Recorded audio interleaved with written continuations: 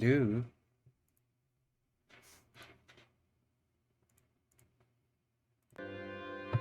All right. Okay.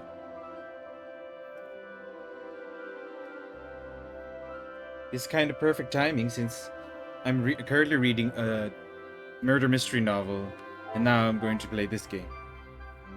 I'm not gonna judge it too harshly, especially seeing how the reviews on this game are, but it's interesting that they went this route, but also interesting that they knew they probably couldn't emulate a new Hercule Poirot story in his prime, so they went, okay, let's see how he is when he was young. So I kind of like that concept.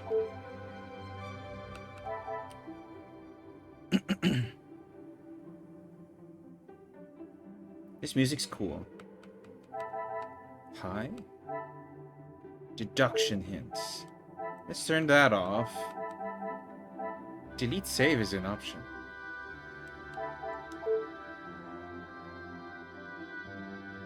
Hopefully the music isn't too loud compared to the dialogue, because I won't be moving it around a bit.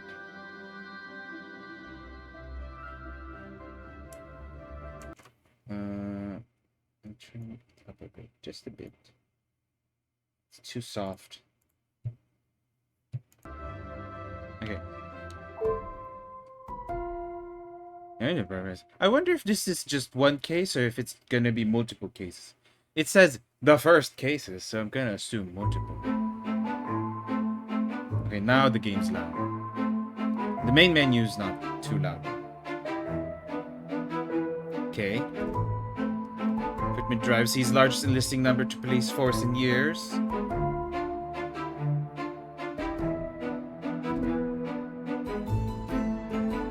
This music's nice. Brussels Police Department. Oh! Is this how Poirot gets into the police? Local pickpocket gang caught red-handed.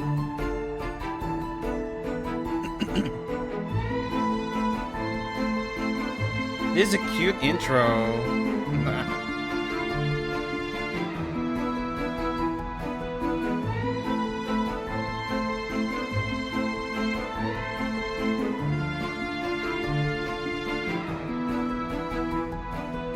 Sure, and it shows police blundering costs valuable life.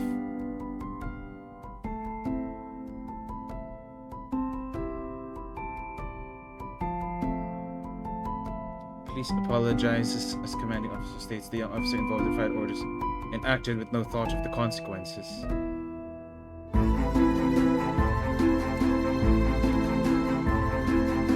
Recently transferred from the Brussels police force, Officer Poirot promises to be equitable and fair. In his verdict, judging this, he saw reported Guardian of the Season award.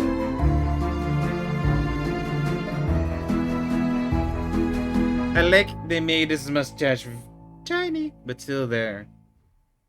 Since that was like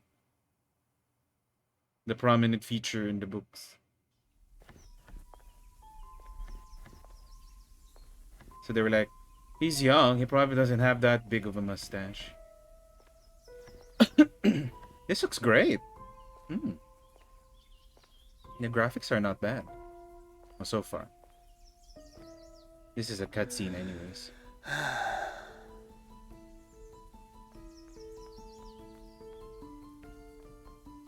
Oh, thank goodness. Officer, please, come quickly. Okay, now I have to turn it down. And now I think I was right the first time. I shouldn't have turned it on.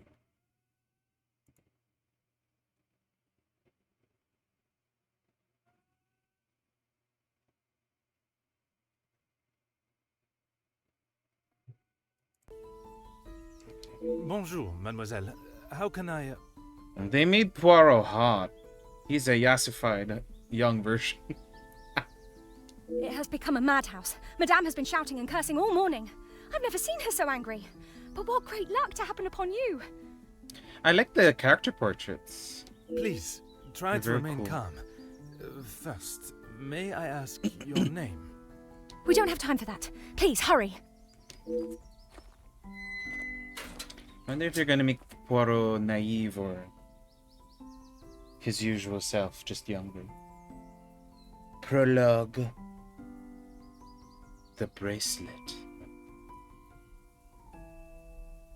Mademoiselle, now we are here, I must insist on your name before I can continue any further. I am Officer Hercule Poirot. I am Elizabeth, but it is the maidservant that we must consider. Forgive me, officer, but are you new to the area? I stand out so obviously. I mean no offense, only I have not seen you before. This is a small town, and you learn everyone's faces very quickly. Very observant of you, mademoiselle. Oui, I was recently posted here from the city, and a good thing I'm here now. Let us get to the bottom of this madness you speak of. Talking to characters is essential when gathering evidence. Basic questions are flagged with the question mark icon. Let's say to pose this question to Elizabeth. There has been a theft at the house. Then I am exactly where I should be, n'est-ce pas? Do you have all this? There's the house. It is only one of Mademoiselle Angeline's most valuable bracelets, taken from her room. Then its safe return is of the utmost importance. Does the house have any suspicions? Madame Van den Bosch, the lady of the house, believes Fleurette is behind it. You doubt Madame's theory? I'm afraid I do. I know Madame is confident of Fleurette's guilt, but she wouldn't do such a thing. Surely a burglar is responsible, as Mademoiselle believes. Merci, mademoiselle. Your assistance has been invaluable.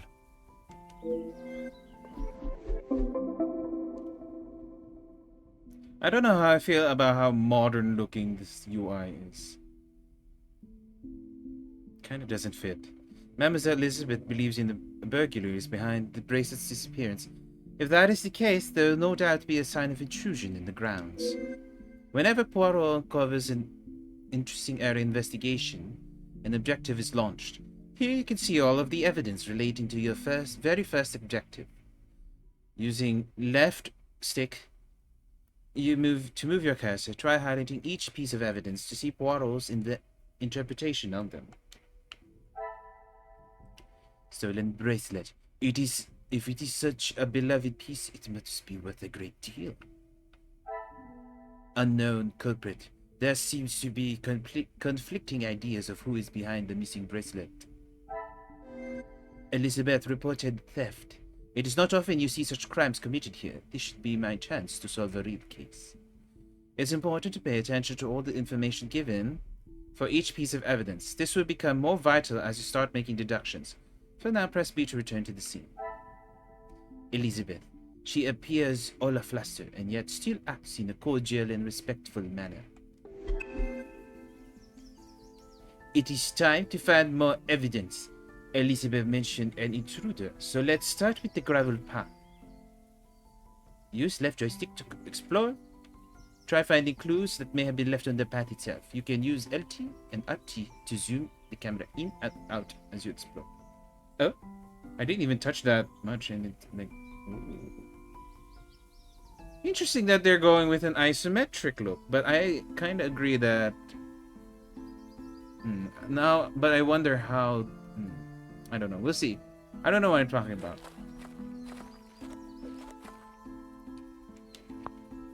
Ah. While two sets lead away from the house, only one muddy set returns. Rather hastily, it seems. Every inspection you make adds evidence to the appropriate place. Press X to view your active objectives. You can do this at any time. Explore each scene. Notice that you have new evidence on your mind map. Roll over the muddy footprints to see Poirot's interpretation. This is only part of the picture. You'll need to explore more of the garden to find the true nature of what happened. So it was given to someone? Or stolen with the help of someone? Next, try searching the garden lawn. There must be something there that helps explain the muddy footprints.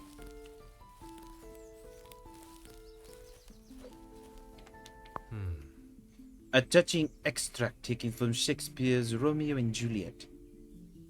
Expertly carved on a plaque. The measure done, I watch I'll watch her place of stand, and touching hers make blessed my rude hand.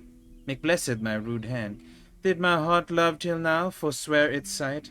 For I ne'er saw true beauty till this night.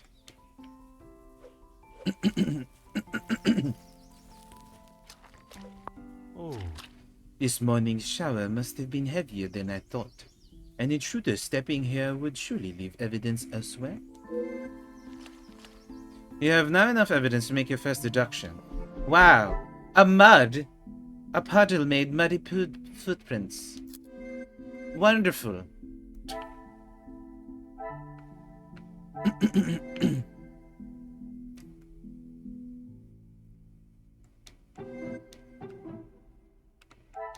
I should not be surprised by my own skills of deduction. It seems the muddied footprints are the result of earlier rain. Well done. You just made your first deduction. Linking evidence gives you new evidence to use in your investigation. In this case, you've also unlocked a new action represented by the speech bubble icon. Press B to return to the objectives. Unlocked actions are summarized next to each objective. In this case, maybe Elizabeth can provide more information about the footprints. Go and talk to her about your findings. Paget.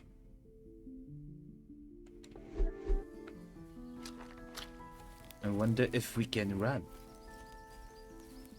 Or is a Poirot not that fast? I do think doing the isometric perspective is gonna help in like make assets not too detailed, because if it were first person or third person, there'd be some assets where you'd have to like do a lot of detail in order to make it look nice. Of course, officer. How can I help? But then they do have close-ups. The footprints on the path are fresh today. Do you know who they belong to? One set must be mine, leaving to find you. The other set must be Florette's. She was caught in the rain this morning. That explains the hurried, scuffled nature of the prints. Merci, mademoiselle. Your assistance has been invaluable. This is just the beginning. There's so much more to uncover. Try exploring the rest of the garden, collecting evidence and making deductions until you're able to solve your first objective. Remember, you can use X to view your objectives and related actions at any time. Inspect the garden. Okay.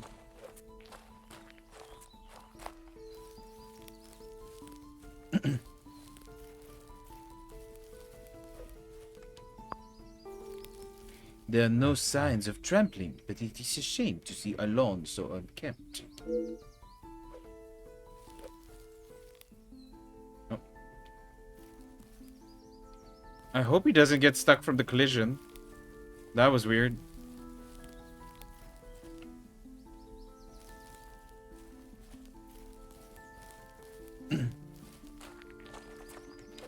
Huh. A declaration of love has been carved into the bench. L loves E.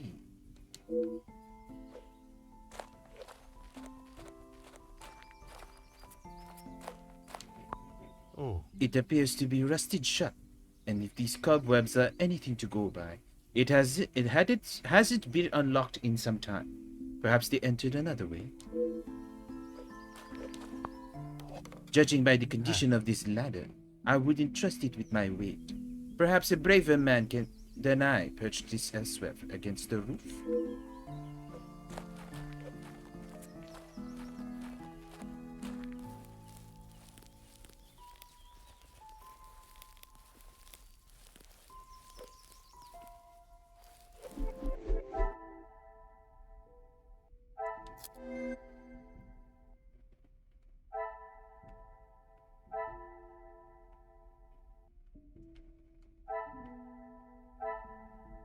I see, so, okay.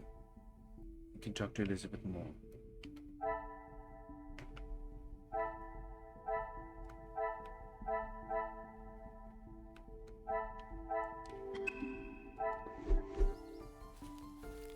I wish there was a run. I'm pressing all the buttons to make sure. What is this? Oh,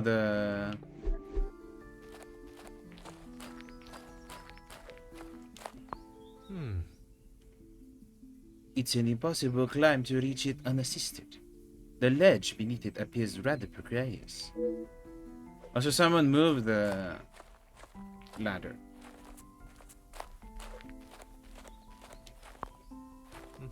Nope. Wrong. There. Of course, officer. How can I help? I could not help noticing the unkempt lawn. Is there not an employed gardener? There is, sir. Luke. But he was called away from the house on a personal matter. Rahana, our cook, accompanied him. With no gardener present, there was no one tending to the lawn this morning, but still no signs of anyone stepping across it. I see there is a little romance in this house. Excuse me, officer? The carving on the bench. Forgive me, I was not suggesting anything untoward. Oh, of course not. Yes, I suppose there must be. Would you know the identity of the mysterious L and E? I'm afraid not. Perhaps they were old residents. A pair of star-crossed lovers, perhaps. L could be Madame Lizzie. does not allow distracting staff relationships. Love is not something that can be harnessed so easily. Okay, Poirot. That is Madame's rule, and I wouldn't want to be the one that challenges her on it. Merci, mademoiselle. Your assistance has been invaluable.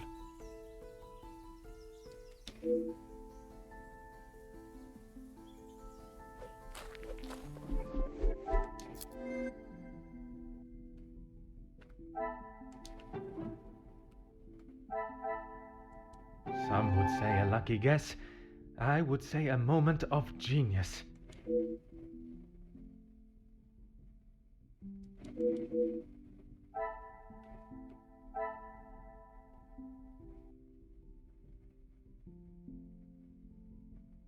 I found no practical or logical way for someone to have reached the window. Perhaps another means of entry has been attempted.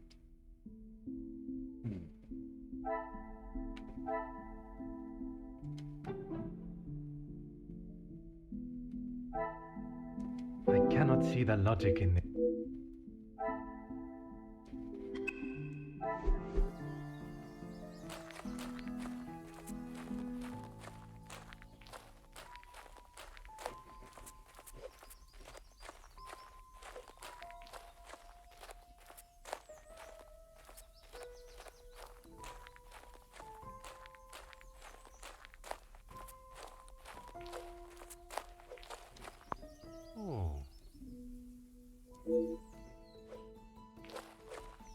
Oh, trellis. This trellis has been left untouched for quite some time. Such beautiful flowers. I'm glad to see no one carelessly damaged them. Clues and evidence are beginning to gather. It would be best that I approach them logically.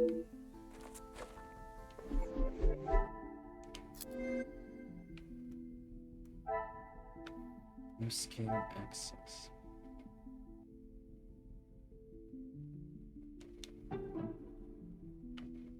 A trellis? No, where's the trellis? I must take a different approach if...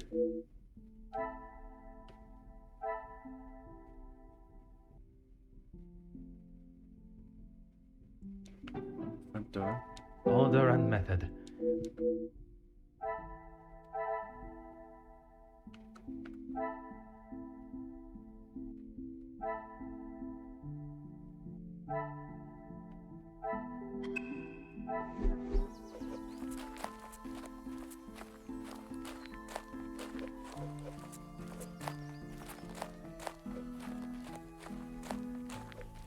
Of course, officer.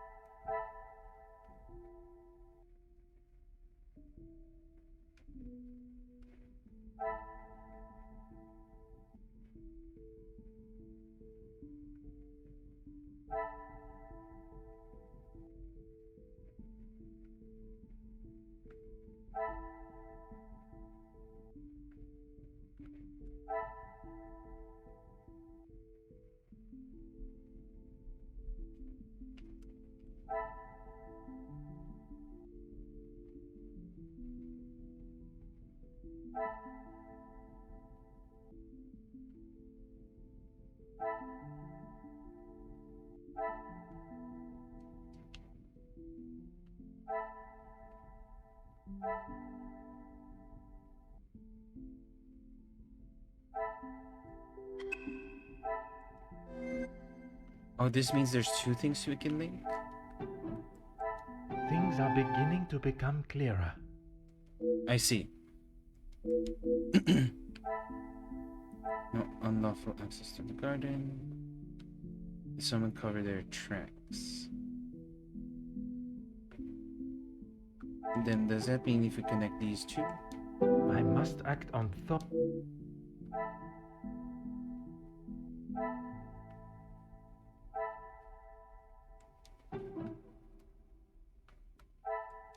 Is there something?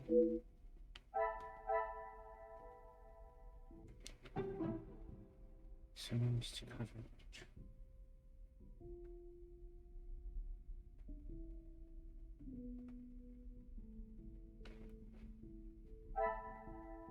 This will not get me any closer to my goal.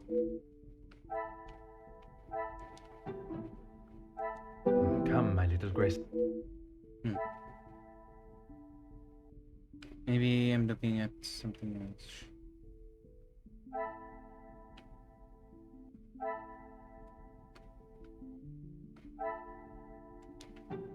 These two?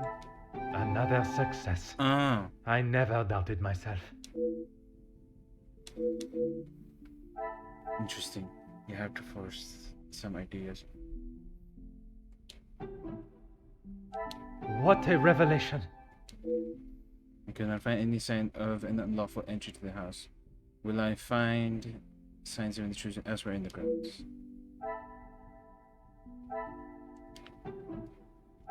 The pieces of the puzzle are finally coming together. Oh, this is very cute. Well, so far. Hopefully it doesn't get too convoluted or too easy. Okay, no obvious signs of a burglar. Perhaps I should be looking at those inside for answers. This is not the start I was expecting. There are no signs of an intruder at all. There's something amiss. I must remain vigilant and keep my wits about me.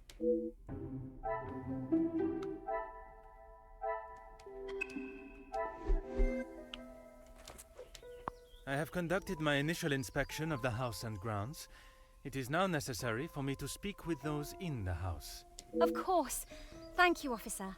I'm sure Madame Van den Bosch will be happy to hear the police are investigating.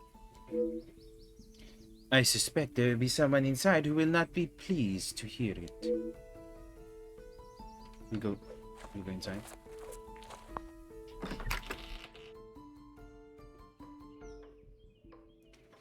I presume this is the lady of the house. She holds quite a presence, and from what Mademoiselle Elizabeth has said, she is not one to be on the wrong side of. I must talk with her before beginning my search. Ooh, it's very cute, quaint. Who are you? Cassandra. You're not the commanding officer I requested. No, dear madame, I am Officer Hercule Poirot. I can assure you that, This will simply not do. I sent Elizabeth to bring me a competent lawman. And that is what she has brought, madame. Now, I would like to continue my investigation.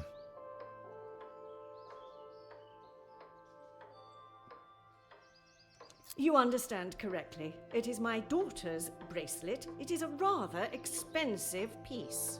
And valuable to your daughter, no doubt. It was a gift. Yes, it was from her late father, my husband, the Viscount, and it has not gone missing. It was stolen. I've been informed that you believe you have got the culprit. I do not believe so. I know so. It was Florette, the maidservant. I knew I could not trust her. And why is that? Because I don't. I do not need to explain myself any further, especially to a measly officer. You do not believe there was an intruder in the house? Don't be ridiculous. I have told you who is guilty. If there had been a break-in, surely it would be your job to stop them. If it was the case, of course, madame. Although I cannot predict a burglar's movement. Perhaps then you have proved me right, and you aren't the competent officer I require. Never have I met someone so adamant that they don't require help from the police. The accusation against the maid is rather questionable. There must be more to the story, and it is my duty to uncover it. Merci, madame. You have been most helpful. And by that, I mean she was shit. Madame van der Bosch was so quick to accuse the maidservant, Florette. I wonder if this hasty accusation hides behind a deeper reason.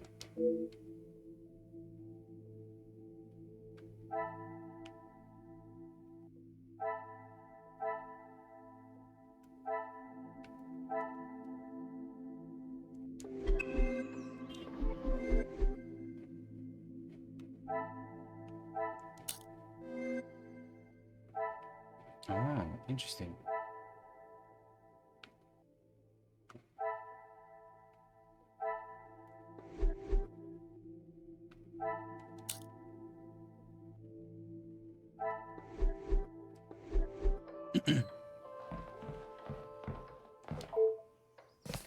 Some of the greatest authors and novels throughout history. It is locked, and sobbing can be heard inside. I assume Madame has taken the law into her own hands. A rose and a crossed arrow symbol adorns the door, perhaps a signal of forbidden love. Come, my little grey cells, let us solve this mystery. Searching the kitchen is not essential to my current investigation.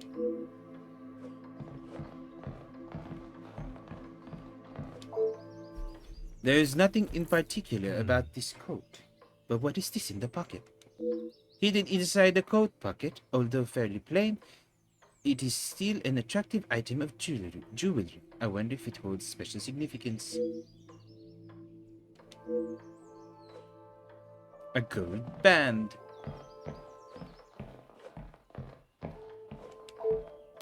Various art pieces have been packed and addressed to the auction house. I assume Madame did this.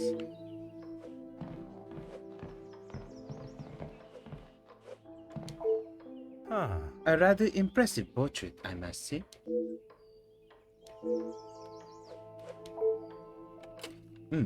It does not seem to be working. Why would a house of this size be without a working telephone?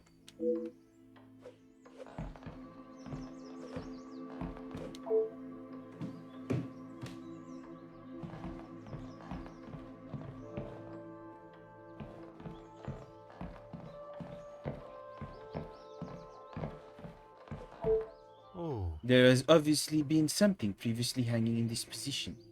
Was it stolen, I wonder?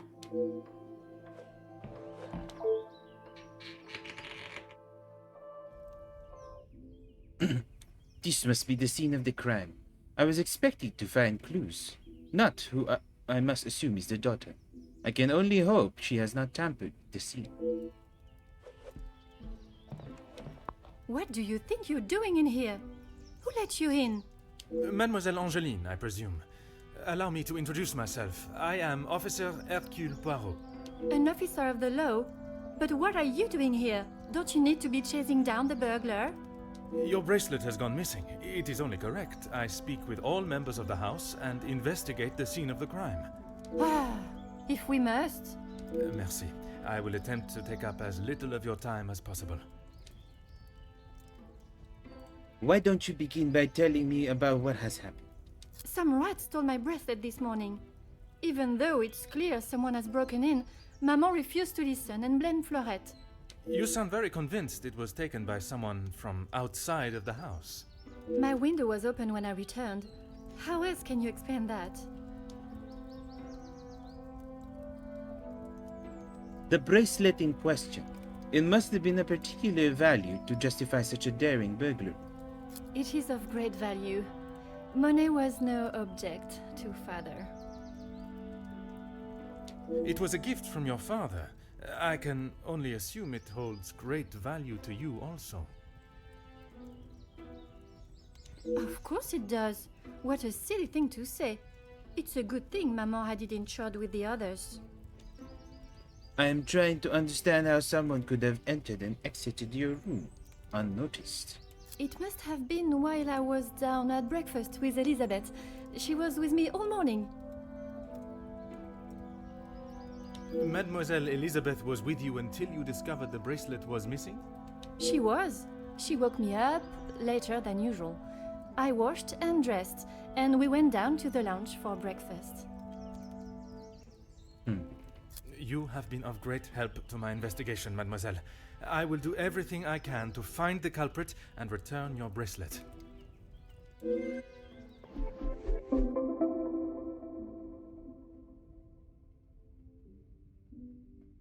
This is where the bracelet in question was last seen. I must investigate the crime scene thoroughly, leaving no stone unturned.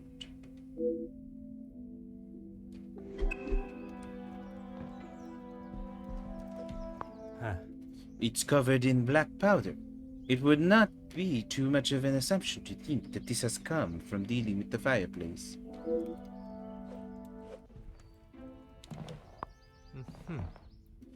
This must keep the room rather snug on a cold evening.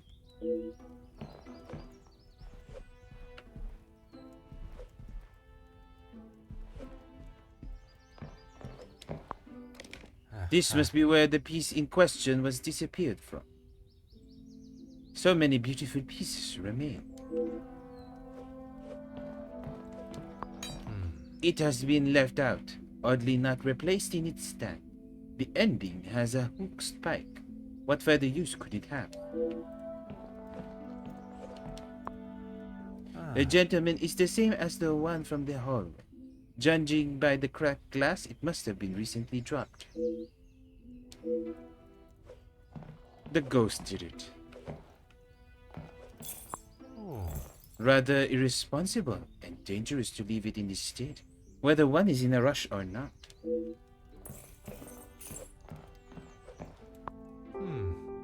Something has obviously resided here for some time and only moved recently.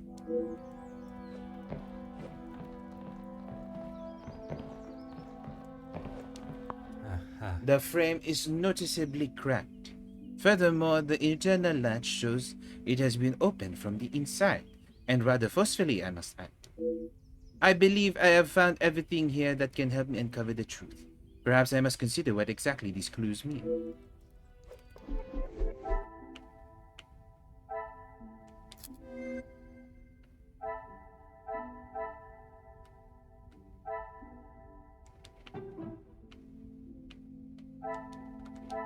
Magnifique.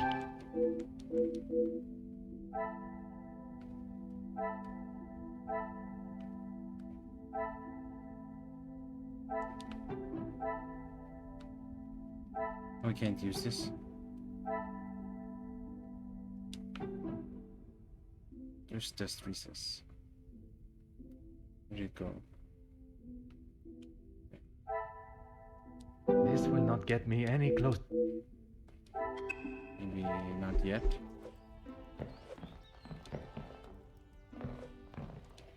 The longer you are here, the further the criminal goes with my bracelet.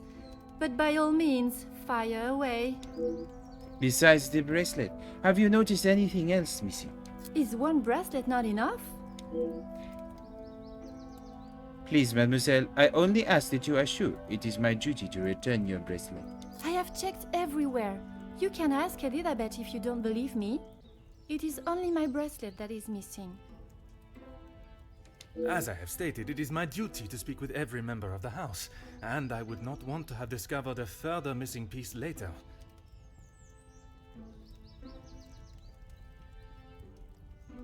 Can I assume the photograph was cracked by accident?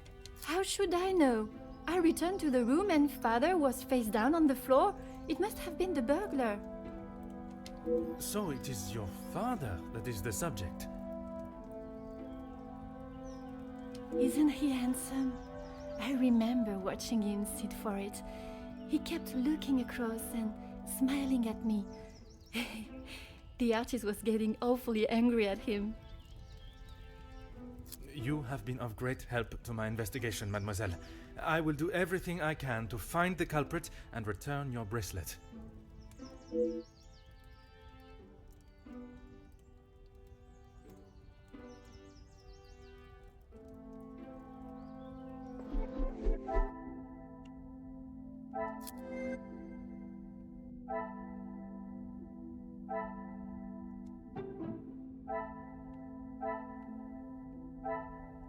I must take a different approach.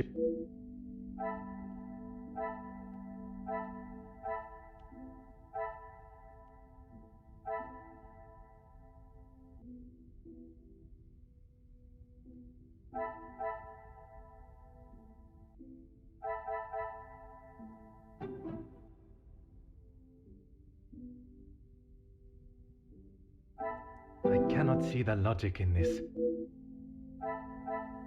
All in suit.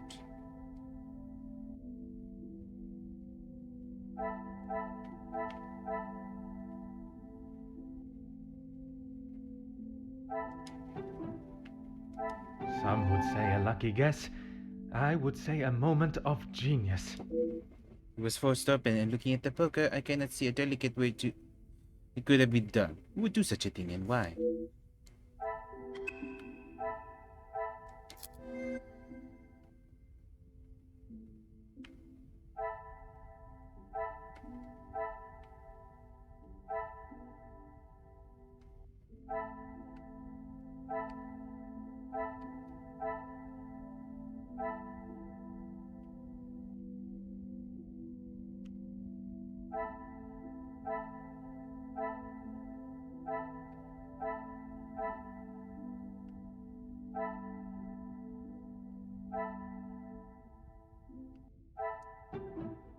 Come, my little grey cells.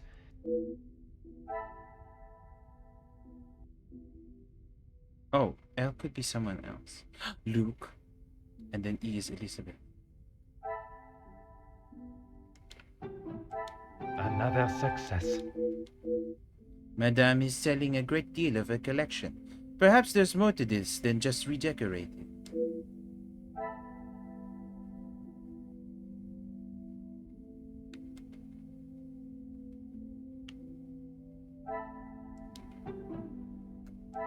I should not be surprised by my own skills of deduction. It seems someone in the house has a keen interest in the works of William Shakespeare.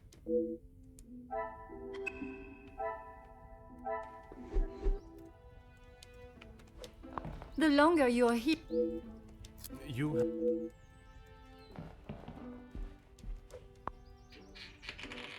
This is very cozy. Very nice, very chill. Ah.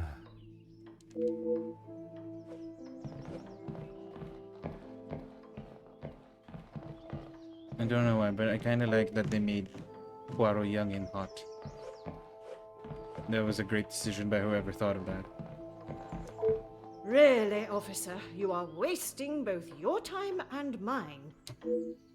Would you permit me to enter the lounge? Only if you are prepared to take Florette away.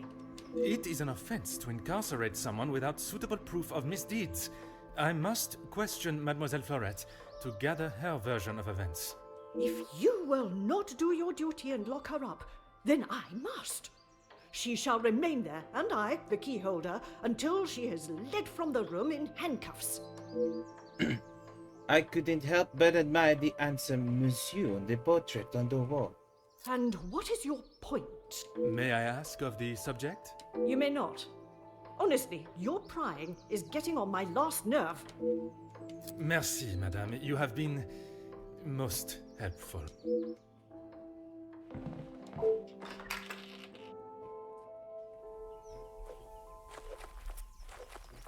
Mademoiselle Elizabeth, I hope you are feeling less distressed now. I can assure you I shall find the guilty party and the bracelet. Thank you, officer. Yes. All I want is for Florette to be heard. Bien sûr. Rest assured she will get the fair trial she deserves. I wonder if you could help me with some questions regarding the house. Of course.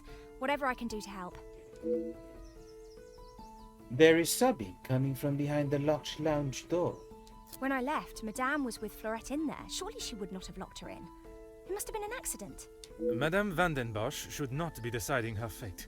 Would you grant me access to speak with her? I would, sir, but I don't have the key. There is a spare somewhere, though. Oh, how awful, the thought of her locked in there. Do you have any thoughts as to where I may find it? I'm sorry. Madame does not trust the staff with such knowledge, even me. Although I did overhear her once say it was hidden somewhere, close to her heart. Whatever that means.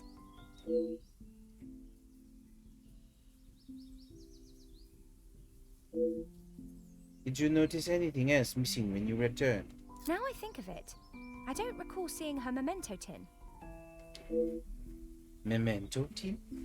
Could this have been what usually resides on the desk in Mademoiselle's bedroom? She holds her keepsakes from her father and other gifts or tokens in it. She has such a wonderful collection. She's very lucky. She normally keeps it close, but I didn't see it this morning. Merci, mademoiselle. Your assistance has been invaluable.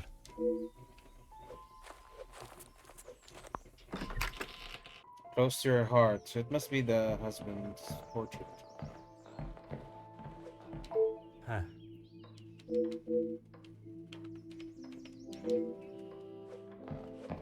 Or the board band. Where else could your heart be? Oh.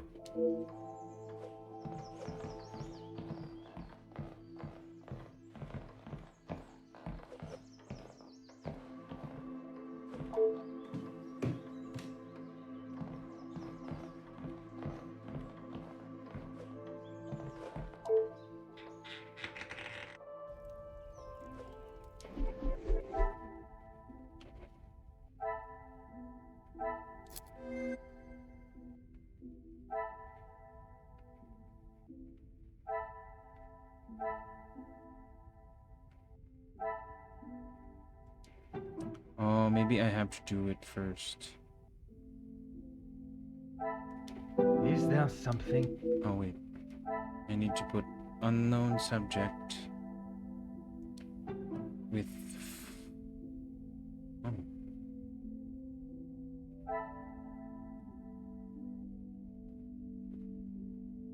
Oh.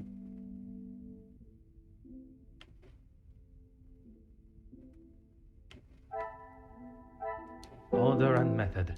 That.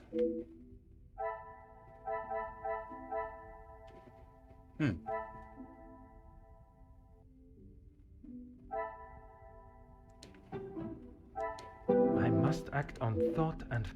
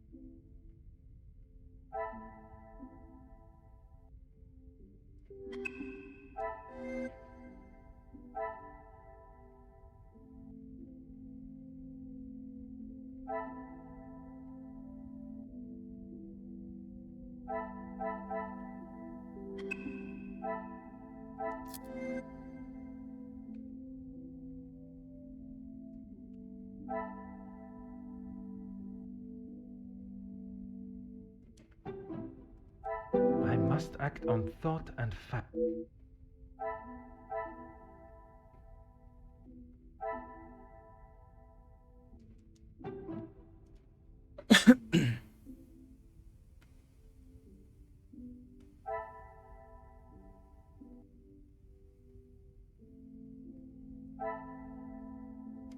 I must take a different approach if I am to uncup. Come, my little grey cells.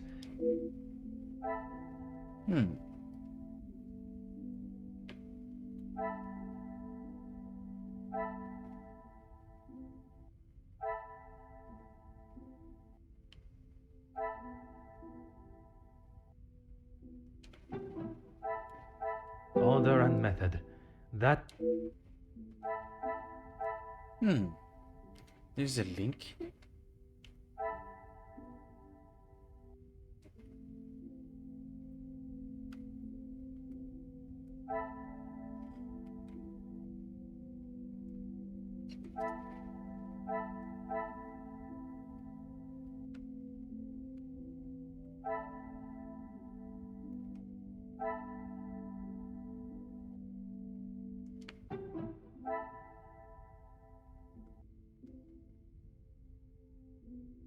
Oh, Oh, so if I did it wrong, it won't.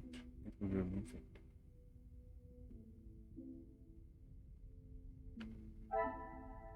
I cannot see the logic in this. Is there something I am not seeing?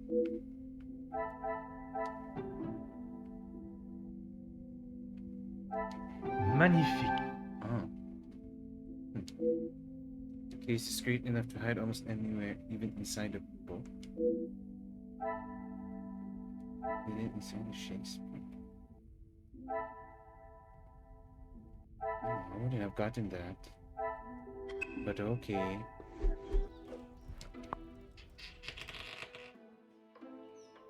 Interesting.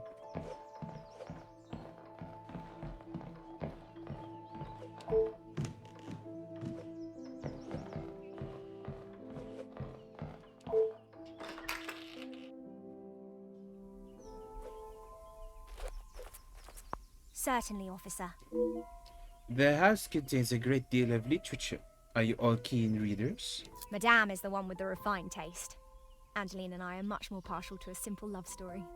Aren't we all? Romeo and Juliet, the most famous of love stories. I do enjoy it so. The passion, the romance. It gives me goosebumps just thinking about it. Upstairs in the main hall. Merci, mademoiselle. Your assistance has been invaluable.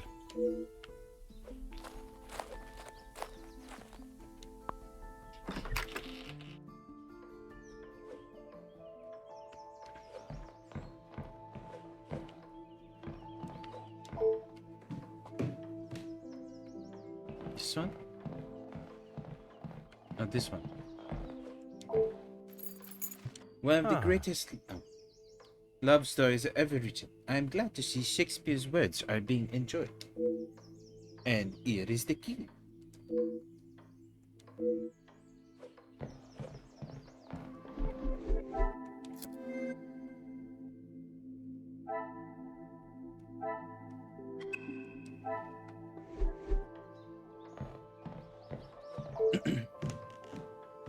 Do I just enter? That's not very proper of you, Poirot.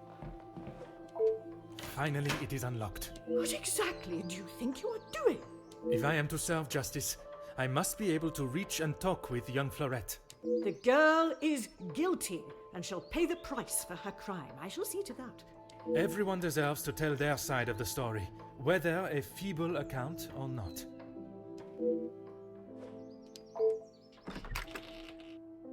I think the mother did it. At last, I am able to speak with the accused and hear her version of the events. I still have a number of questions. Perhaps she may hold the answers.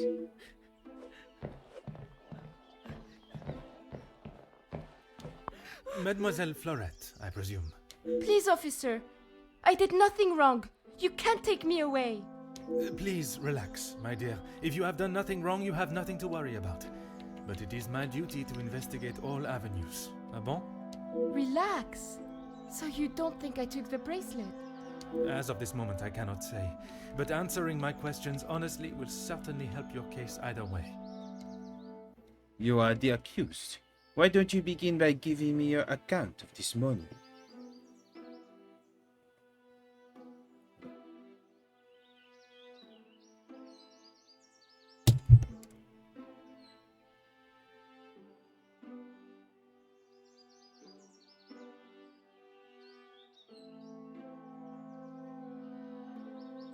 I didn't even know it was missing till I got accused of taking it. Madame was so angry. She wouldn't listen to me.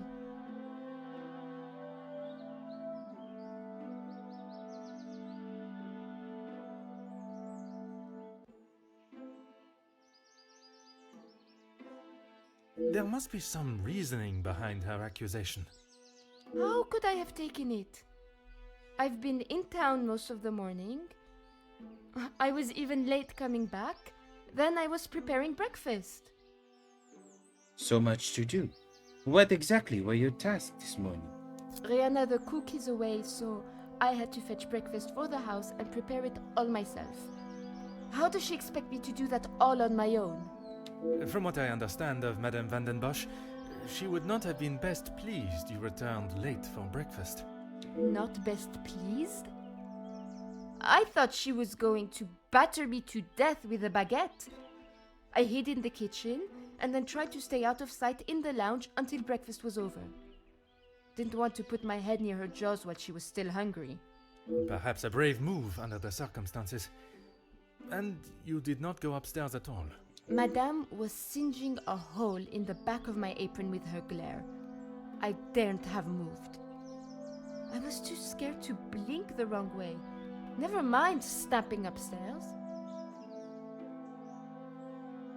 In this morning's rain, I assume you would have hurried your duties. I must just be slow, monsieur. My mother always said I moved like the snail. Maybe I was just happy to be out of the house.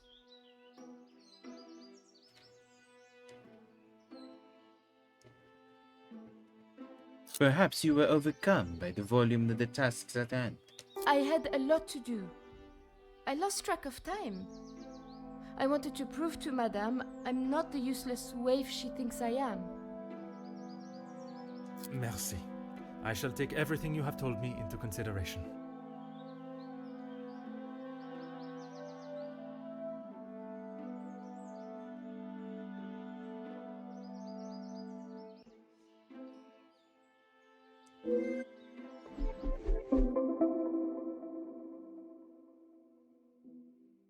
Now that I've finally met young Florette, I should work to ascertain her innocence or guilt.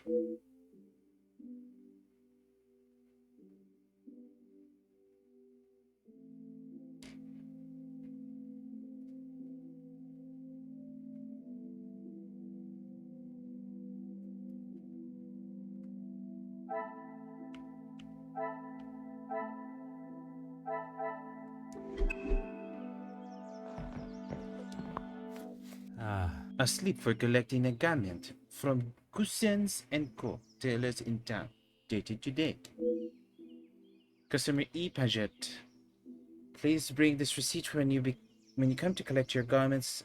The requested alterations of amended sleeve, torn shoulder, replaced button middle breast, inline tear, right breast pocket will be completed by end of Monday, available collection Tuesday. Interesting. I do not always agree with the telephone companies and their charges, but ignoring the bills will not make them disappear. Dear Madam, despite our best efforts to contact you regarding your account, we have not yet received any response from the previous correspondence. With that in mind, you are being served a formal notice of 30 days from today to make a full payment on the outstanding balance, or we are forced to revoke your service. If you would like to discuss the matter or have any further questions, please contact us immediately. Regards, Mr. Beaumont.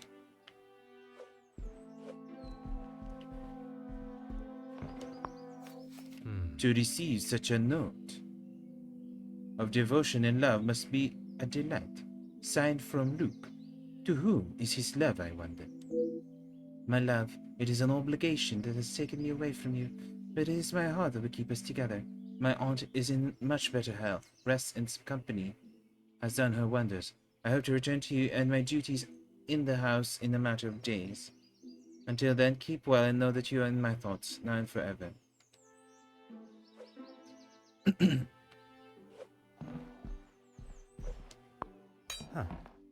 A poker stand without a fire poker is rather useless, in my opinion. Where could it be? A stray fire poker shouldn't be too hard to find. Come, my little gracers, let's get to the bottom of this mystery. Aha. I could spend my morning in front of Mrs. Aubert's boulangerie, taking in the smell. A wrapped parcel, completely soaked through. I hope it does not ruin the contents. The initials EP suggest this is Elizabeth's. A nasty black soot smudge is apparent. Why would such a stain? Why would such a delicate item be used on such a stubborn stain?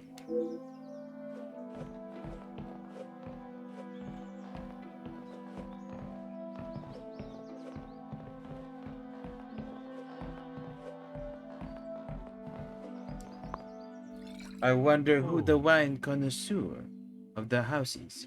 A vintage like this would fetch quite a price.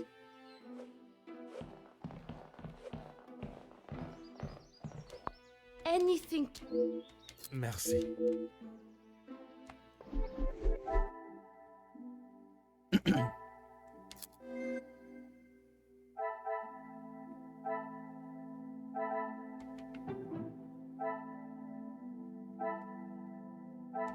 This will not get me any closer to my... The pieces of the puzzle are...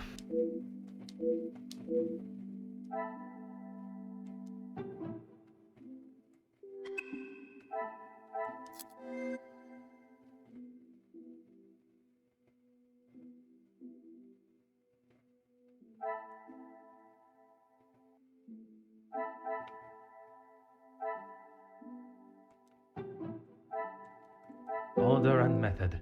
That is...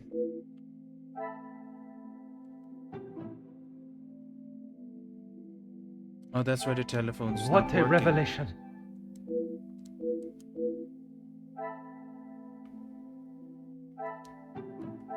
Things are beginning to become clear.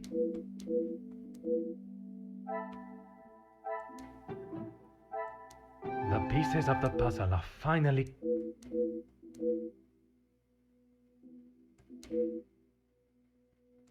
Yes, she seems to be a scapegoat.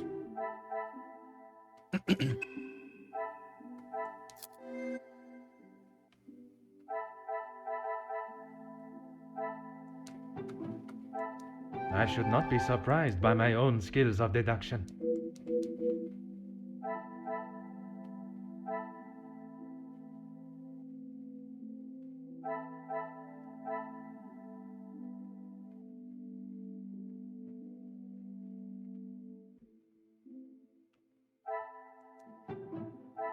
I cannot see the logic in this. Oh, wait. Is it not this? Oh. Magnifique.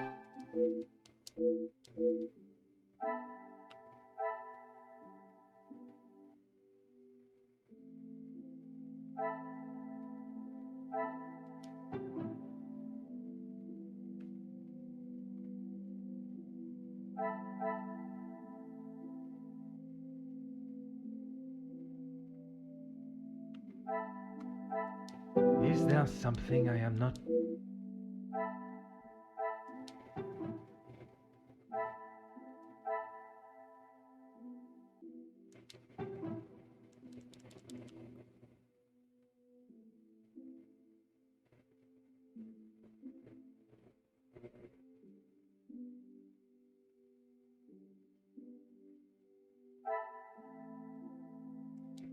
Come, my little grey cells.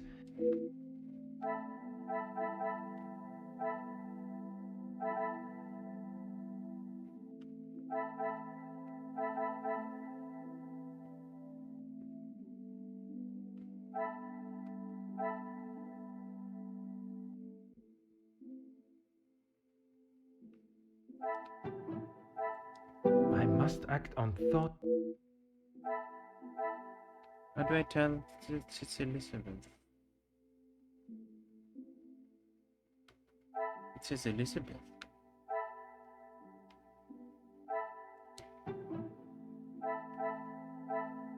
This will not get me any closer to... I must take a different approach if I am to...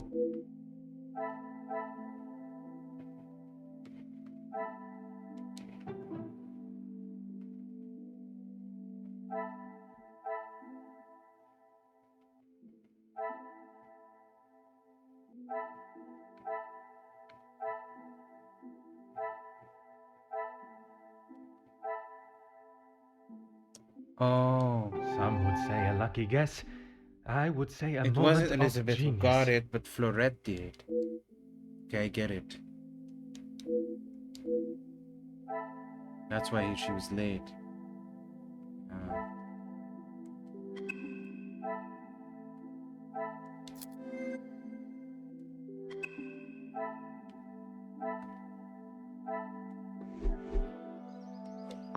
anything to show you I didn't do it. Was it you who collected the parcel this morning while in town? Yes. Another thing on my to-do list. I'm afraid it's not in the same condition as when I picked it up. At whose request? It was a favor for Lizzie. I didn't mind having to get it. Merci. I shall take everything you have told me into consideration.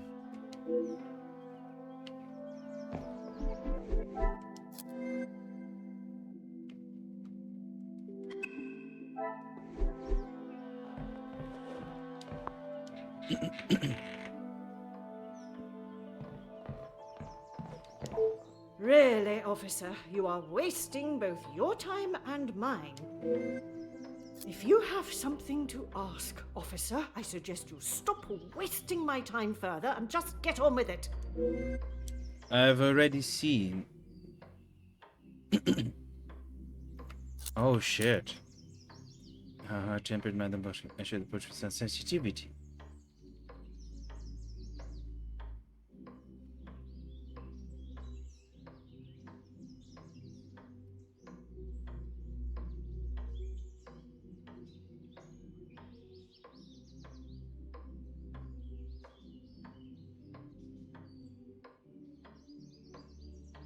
And this is how she...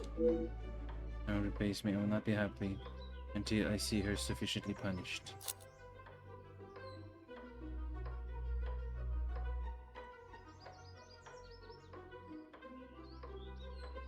Empathetic. I am glad you have finally come to your senses and have seen her guilt.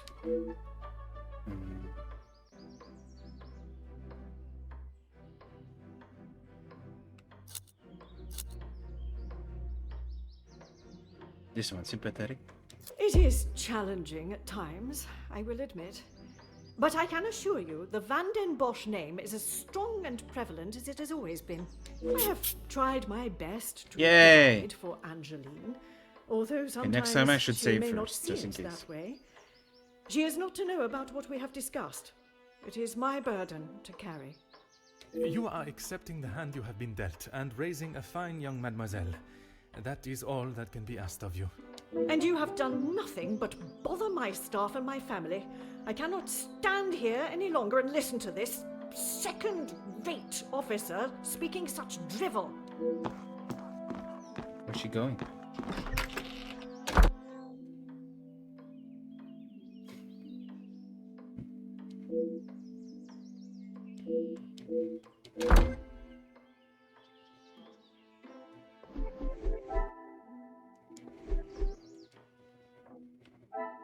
Oh, I can't save.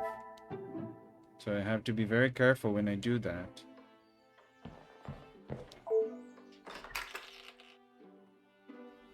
Also, she left out the front door. Where's she going? This is her house. Certainly, officer. Can you tell me about the package in the lounge? The lounge? A package? Oui, it is quite hard to miss. Oh, how silly of me. I must have had my head in the clouds this morning. I'm sorry, I can't help you further. Besides the obvious, was there anything unusual about this morning? Besides the terrible rain? No. I woke, began my duties with Mademoiselle. I had already laid out a clean dress. I helped her into it and prepared her for the day before getting started on tidying her room as neat as a pin. And the bracelet was still there when you left the room for breakfast. I'm sure of it. I had it down before Mademoiselle Angeline. You don't by chance happen to be missing an initialed handkerchief? Why, yes, officer! I misplaced it after wiping a stain from Mademoiselle Angeline's sleeve at breakfast. You are a great detective. You are not the first to say. Had she not noticed it herself, I imagine Madame would not allow even the smallest imperfection. It baffles me how she couldn't have. It was only luck that I spotted it before Madame, and a good thing I did. Does Madame Van den Bosch have a habit of making such quick assumptions? Madame is under a great deal of strain. It can't have been easy for her to lose her husband, raising Mademoiselle alone. She can be quick to anger.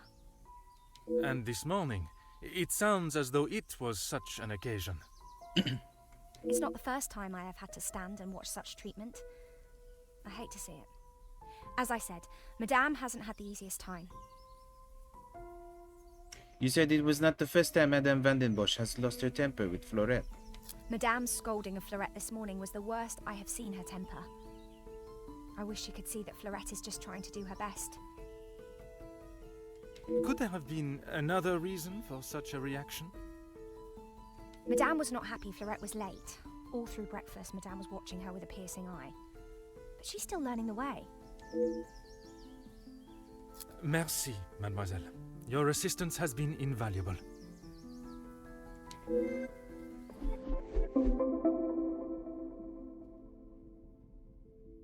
Mademoiselle Elizabeth was reluctant to acknowledge the parcel that caused young Florette to be so late. Could there be something behind her avoidance of the subject? If there is a reason, I must establish what it is. I do find it that you sometimes have thoughts that you already know, but the game wants you to slowly do it. Things are beginning to become clearer.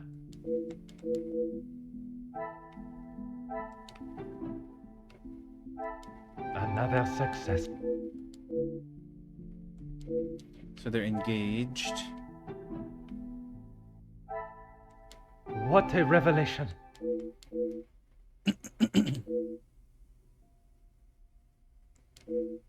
Mademoiselle Elizabeth was planning to elope with her beloved Luke. But why would she hide such a joyous occasion? I recall her saying Madame Vandenbosch does not look fondly on staff relationships, but I cannot help but think there is something else.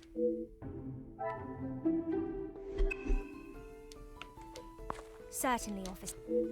You seem rather excited earlier at the mansion of Romeo and Juliet. How could I not be? I may not enjoy his other works, but how can one not be blown away by a story of two so deeply in love that they will risk everything just to be together?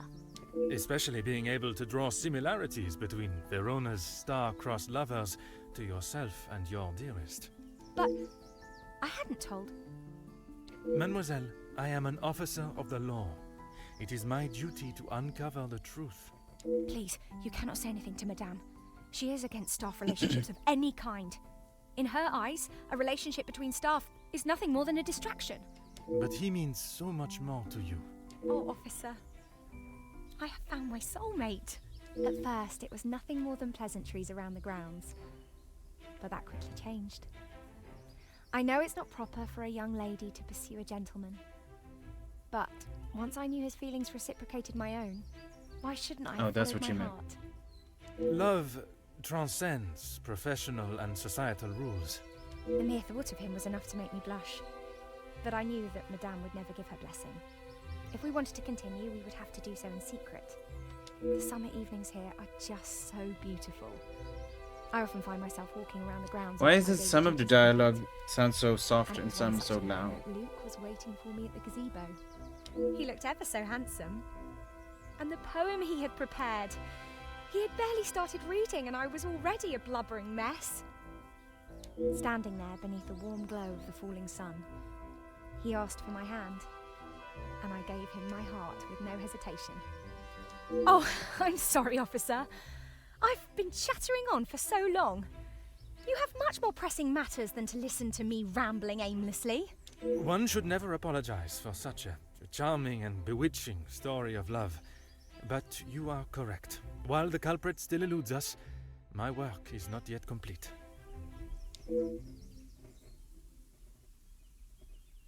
The love Mademoiselle Elizabeth and Luke share is obvious, and yet she remains respectful of Madame's ruling. No matter the ridiculous nature of it, I cannot see her defying her code and stealing the bracelet. Merci, mademoiselle. Your assistance has been invaluable.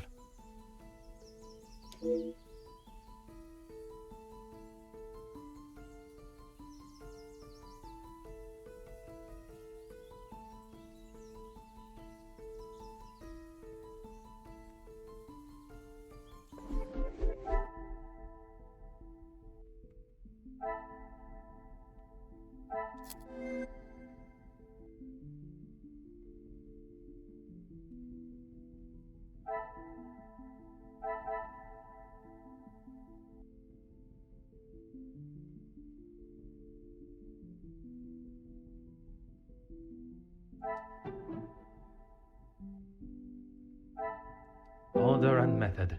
That is the...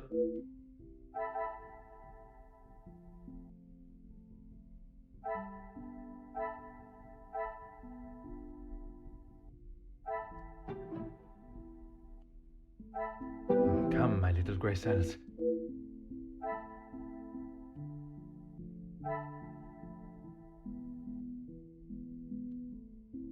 When am I supposed to be pinning? This. Is there something I am not...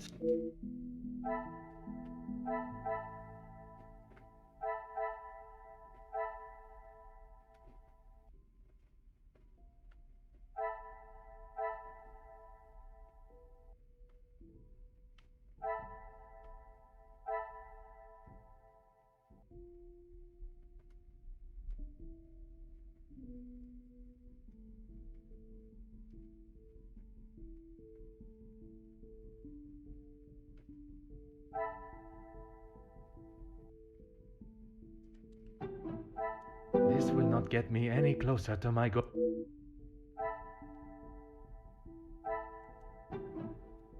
I must act on thought.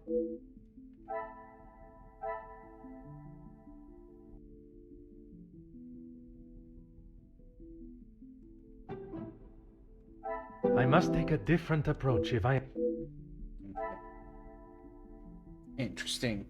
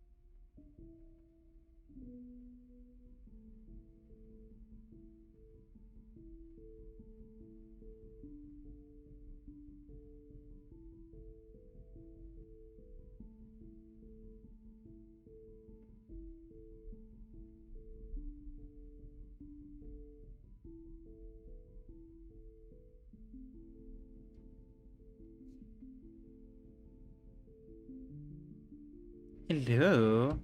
How you doing, Bella?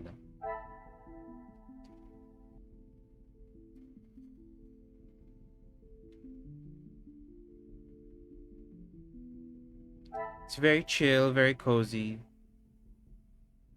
Making me sleepy, actually. Hopefully this gets exciting. We're uncovering a theft of a bracelet. Most boring mystery. I mean, it's fun, but the uncovering is fun, but like, come on now.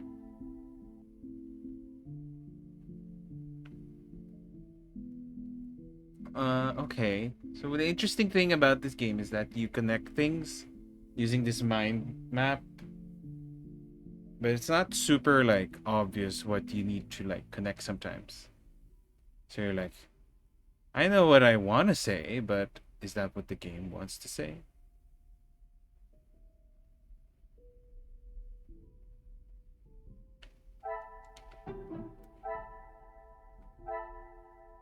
I cannot see the logic in this. Okay.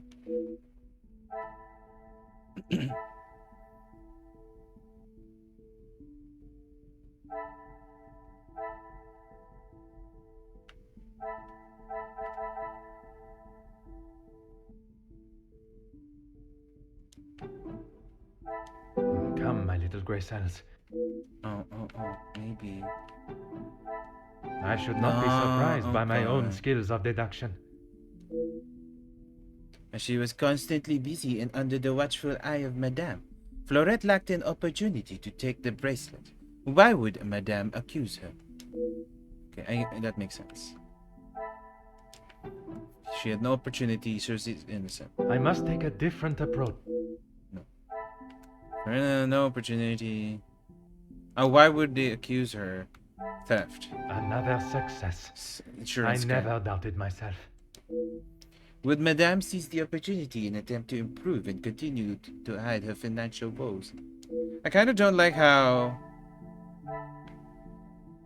the nodes are sometimes straight lines to one another, so it's kind of like, okay, maybe I shouldn't even try to deduce it and just see which line needs a straight line.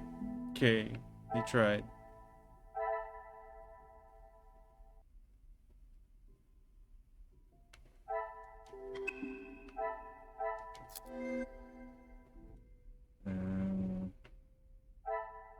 Elizabeth's morning. Angeline removed soot stain. Abandoned poker. And the soot stain. I must act on thought. Oh, Angeline removed soot stain. What could have caused this? The falling soot from the fireplace. She hid something in the fireplace. Yeah. She must have hid something there. Hello? Inspect the chimney. Okay, let's go. Also, they made Hercule Poirot look so sexy. Since he's supposed to be a young Poirot. And I love that they still give him his mustache, but like a tiny one. A tiny one. Unlike the huge one that he has when he was older. I wonder if Mademoiselle Angeline noticed Madame's abrupt departure.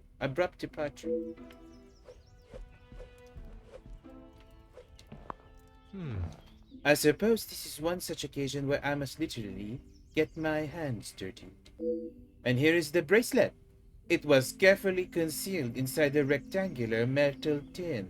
So Angeline did it. Or Cassandra did it. No, but then Elizabeth said that she cleaned off the soot from Angeline, so Angeline must have did it. So maybe this is just a giant insurance scam.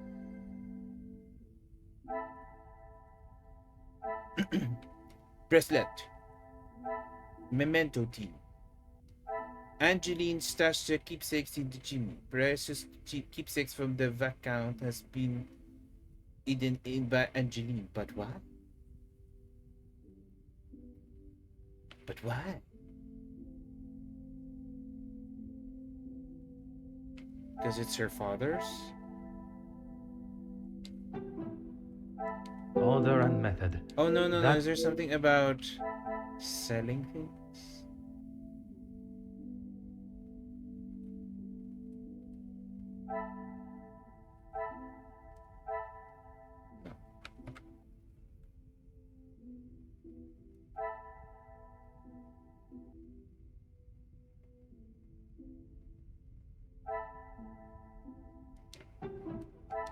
Is there something? It's not always a straight line, though.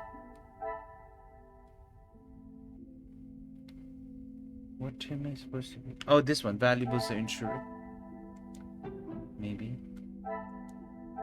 I cannot see the logic in this. Okay, Poirot, shut up.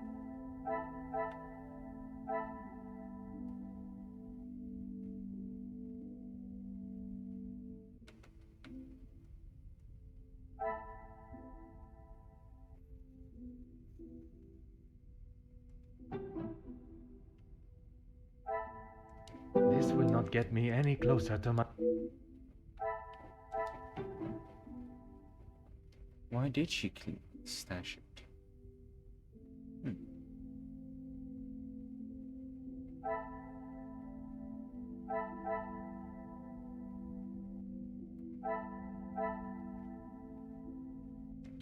Things are beginning to become clearer. Okay. To stage a burglary and let it go so far is totally unacceptable. I cannot believe I allowed Mademoiselle Angeline to deceive me for so long. Hiding the bracelet inside the chimney and staging a burglary All part of a calculated and devious plan. I should bring this investigation to an end. Enough of my time has already been wasted, but I will not be satisfied until I know why. Talk to Elizabeth? Why Elizabeth? Not engineer. Hi Annie, how you doing? Is one of those investigation boards? Yes. It's Poirot's mind map. I do think, since you're supposed to spend like a chunk of the game looking at this, you could have made it prettier. You kind of made it look a little boring. Also, how are you doing, Annie? Hope you're doing well.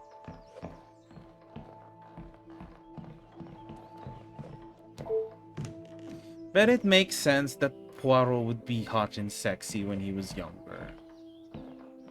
Because he used to be in the military, I think. Even in the books, it's described that he fought during World War One. So of course it's gonna be hot.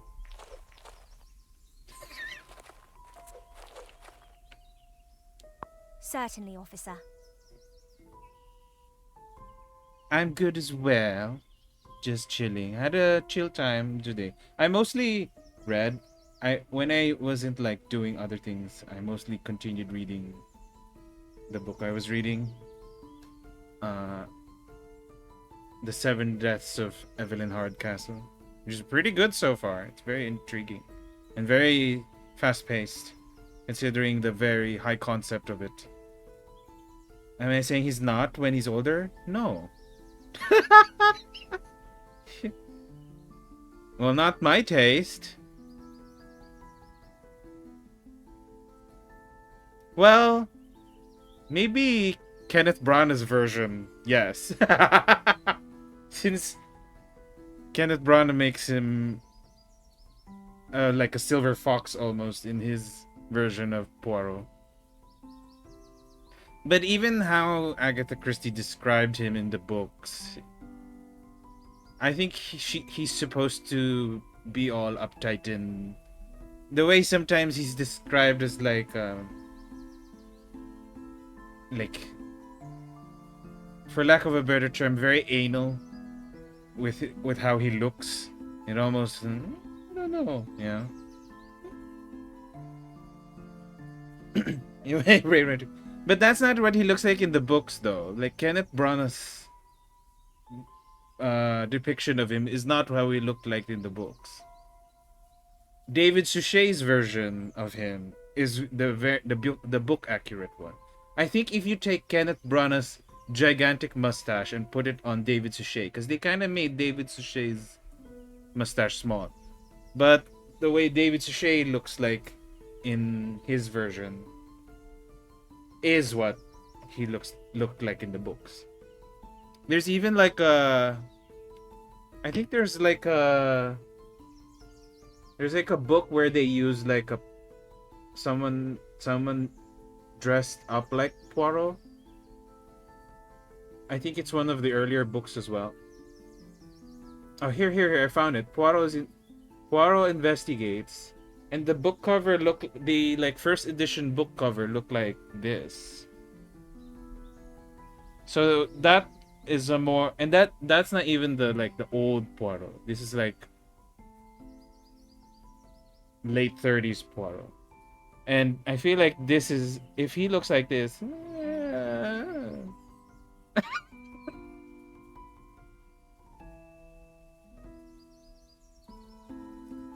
but that's me. Well, if he looked like this when he was in his 20s, I mean, hello, officer. I am ready to address the house. I believe it is time the truth behind the missing bracelet was revealed. You have found the culprit? And the bracelet? Everything will be revealed in good time. Would you be so kind as to gather everyone in the lounge? Not the reveal. Over a bracelet? You're not even a detective yet, Poirot. Of course. Merci. So he's Mademoiselle sassy and Elizabeth, vain for even when he gathering was everyone. younger. Will Madame Van den Bosch be joining us shortly? She stormed past me not long ago, and I have not seen her return. Very well. Under usual circumstances, I would wait. But I think we have spent enough time on this matter, n'est-ce pas? We shall have to proceed without her. This morning started like any other. My usual ordinary patrol, until I was approached by Mademoiselle Elizabeth about a suspected burglary and a missing bracelet. Okay, we begin detective without detectiving first. But clearly he's speed running it. Because he's like a traffic patrol officer still here. Even with his uniform. A crime I've been falsely blamed for. That I shall come to. I began my investigation outside, but it was not long Do before I have to realized answer there things? were no signs of an intruder. I would So like I to. turned my focus to those in the house. You. Florette, your time here at the house has not always been the easiest for you, shall we say. I do what Madame tells me. And to the highest standard, I presume. I love the character portraits, and it's kind of sad because I was looking at the sequel to this, and which I might not get based on the reviews.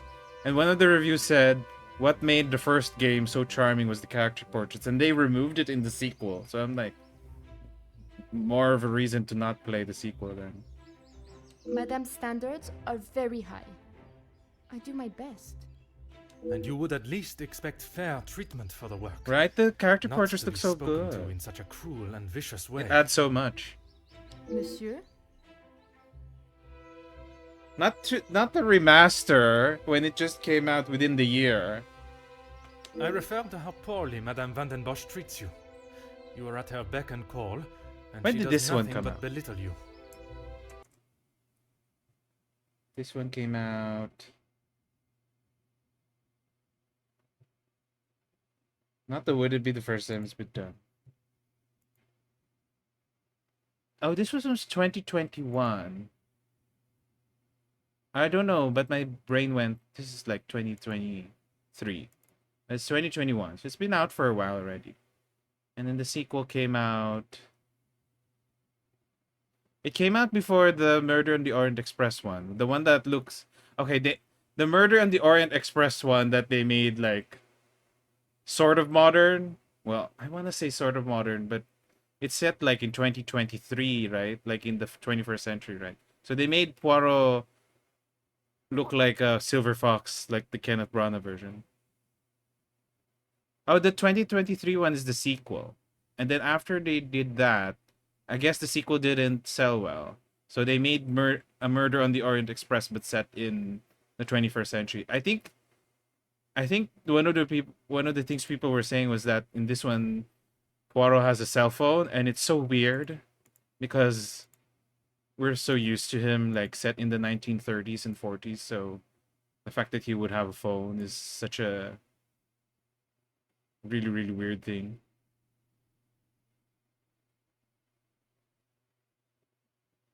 But I might actually play those. It's just weird that they chose to do the same thing again. Like Murder on the Orient Express and then Death on the Nile. Like, come on. There's like I want to say 700 as a hyperbole, but there's like 30, 40 other books you could have adapted. Or you could just made your own story. But no. They have to rehash the same one over and over. At least it's a different style. Like it's modern instead of just sticking to the same thing over and over. That's why I liked in the Kenneth Branagh's version. I didn't like the Murder on the Orient Express and Death on the Nile ones because it's just the same one. If you watch the original movies that they've already made, those are already good. So why would you...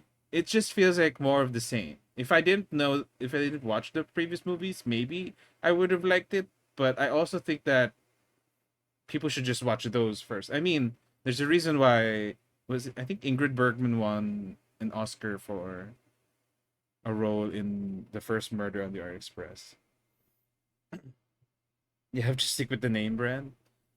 And then like that's why I really liked when Kenneth Branagh went, okay, let's just take a book loosely inspired from it and then make the third movie based on that. And then I liked Haunting in Venice because it felt original. That's why That's why Haunting in Venice was in my opinion the best one out of the 3 Kenneth Branagh and Hercule Poirot movies. And if you ever watch one, I recommend that one. If you watch Murder on the Orient Express, just watch the original one, the 1973 one. And then Death on the Nile, same thing. And it's already star-studded as well back then. Like in the first Murder on the Orient Express, Sean Connery was there, Ingrid Bergman was there. Who else was there? There were so many. Because it was like a whole thing. You ever seen the newer one? I think you'd like the original one. If you like. I also didn't like how the new one kind of felt. Too new. It's like, it felt too new. The original one had more of the vibe that I think Christie would have appreciated.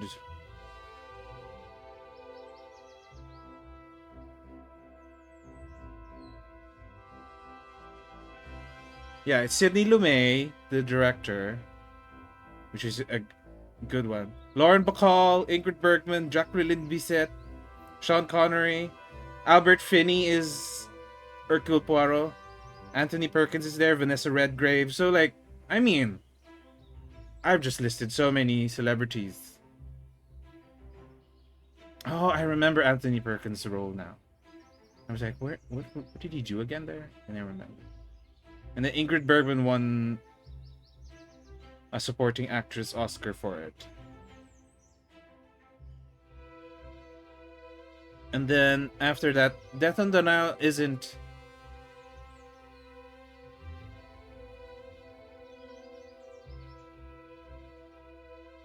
And the original one, the original Murder on the Orient Express, Agatha Christie was still alive and was able to watch it before she died. She died within the year that film came out as well, so at least she died watching a really good adaptation of her book. Peter Ustinov is the other one in Death on the Nile, but this one had this Death on the Nile. The old one has Maggie Smith, Angela Lansbury, Betty Davis, Mia Farrow, Jane Birkin, David Niven. I mean, hello. And Angela Lansbury really went all in for the role. Because she was playing like a very eccentric old lady. Not old lady. She just looked like one. But she's like playing like a... I don't... It's not that she's crazy. It's just that she's a little deranged. And Angela Lansbury went for it. And Mia Farrow was really good here as well. I remember her. Because Mia Farrow plays the character that Gal Gadot plays in the remake, so... Or was it the other way around? No, it was that way. Because Jane Birkin's the one that... Oh, no. Now I'm forgetting who did what. Well, anyway, there you go. I recommend watching those back, the older ones. But Haunting in Venice by the Kenneth Branagh one is actually good. Is someone say deranged? Yes, Chad. What do you mean, Chad? Can make anything good? Yes, I agree. I love... I'm still trying, emphasis on trying to slowly go through Murder, She Wrote. I'm only on season 3 out of 12. And I don't always have the time to watch it, so... How are you doing, Chad? Ah, the old Sweeney Todd with her. Oh, I love it. I said love it. That is Maman you're talking about. Just wait until... It is nothing but the truth I speak, mademoiselle. All the while, mademoiselle stands by and does not even notice such cruelty. That must have angered you. Perhaps you thought it was time they deserved The voice some acting in this game is retribution. not bad. Stop trying to put words in her mouth. The sound design is just bizarre. Because sometimes the voices are loud, sometimes it's soft. Like, they just... Feels like they just cut the lines and then just put it in the game without even trying to, like, make sure that the volumes are similar. I am merely giving her a voice, one that has been silenced for so long. Ah, you have a minor injury. Get well soon, Chad. You have very little sleep. Aww. Well, I hope this puts you to sleep. It's very cozy. I mean, puts you to sleep in a good way, not in like this game is boring way. Well, hopefully. I'm still in the first case. Maybe I do think she deserves it. She's had the world handed to her on a plate, and the likes of me get nothing. A motive. Okay, begins Florette. to rear its head. You're just trying to get me to admit to something. Well, I've done nothing. Allow me to finish. I am sure you will want to hear what follows. Let us return to this morning.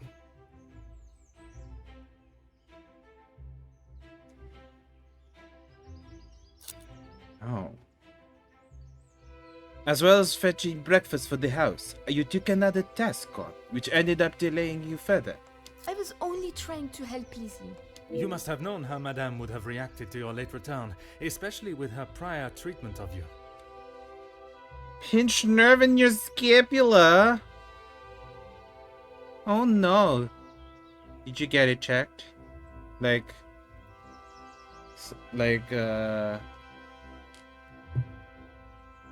Find out what to do in order to heal from it? She's angry at whatever I do. But nonetheless, you were willing to help a colleague, a friend, knowing what the repercussions could be. And that show of loyalty to your friend has been the thing that proved your innocence. Monsieur? Because of such willingness to help, you were delayed in town, meaning you had no viable way of taking the bracelet from Mademoiselle Angeline's room. There was simply no opportunity. I told you! Maybe now Madame will believe me.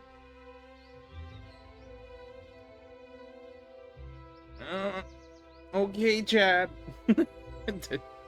If you think so. Like, just happened? Like today? It is evidence not even she can ignore. Which Like then within leads this us to hour? Mademoiselle Elizabeth. Mademoiselle Elizabeth, you have been with the Vanden Bosch last family night, for I see. quite some time now, correct? That is correct.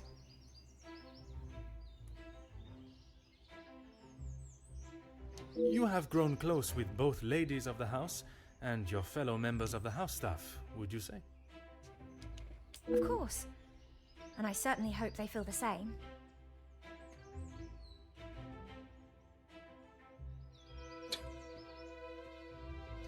Poirot's like, okay, I'll keep your secret with me. But I will tell everyone first. You yourself told me Madame Vanden Bosch would not stand for it, and you would both be out of a job. Elizabeth? What is he talking about? A love that is reminiscent of Romeo and Juliet. One that must remain hidden from the world from fear of expulsion. If you don't stop, I will tell Maman. You can't speak to her like that. It may be a tone you do not like, but it is no worse than your maman's ruling that forced them into secrecy to begin with. I'm sorry. This isn't how I wanted you to find out. We couldn't risk Madame finding out. I don't know what we would do without this house.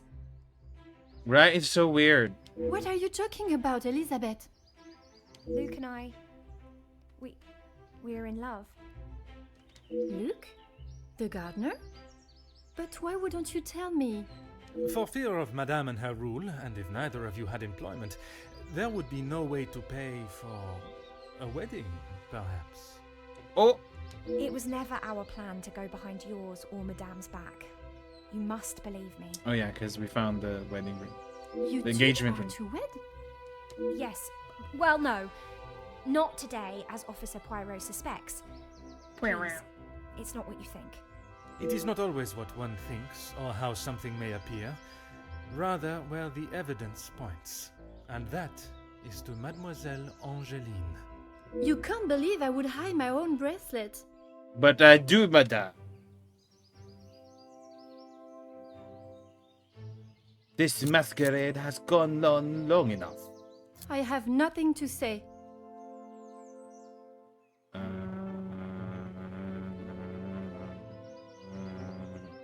You would rather allow a faithful member of your staff to take the blame for your juvenile and adolescent actions? How dare you speak to me like that? You have no idea what you're talking about. Perhaps I don't, but your maman does. She's someone you could confide in. You can't actually believe I would hide my own jewelry. If you didn't, explain to me how your memento tin with the bracelet inside came to be lodged inside the chimney of your bedroom fireplace. You have no proof I put it there. Besides you being the only one in the room alone, even after finding the bracelet, I still did not know why you had done it. Until I contemplated why Madame was selling so many heirlooms. She and hid it art. so that her mom would not sell it. You had no right to snoop through our house in the first place. When it is part of my investigation, I have every right, mademoiselle. The unpaid bills and final notice from the telephone company. Maman can do what she wants with her art. That means nothing. But when there was no more art to sell, what then?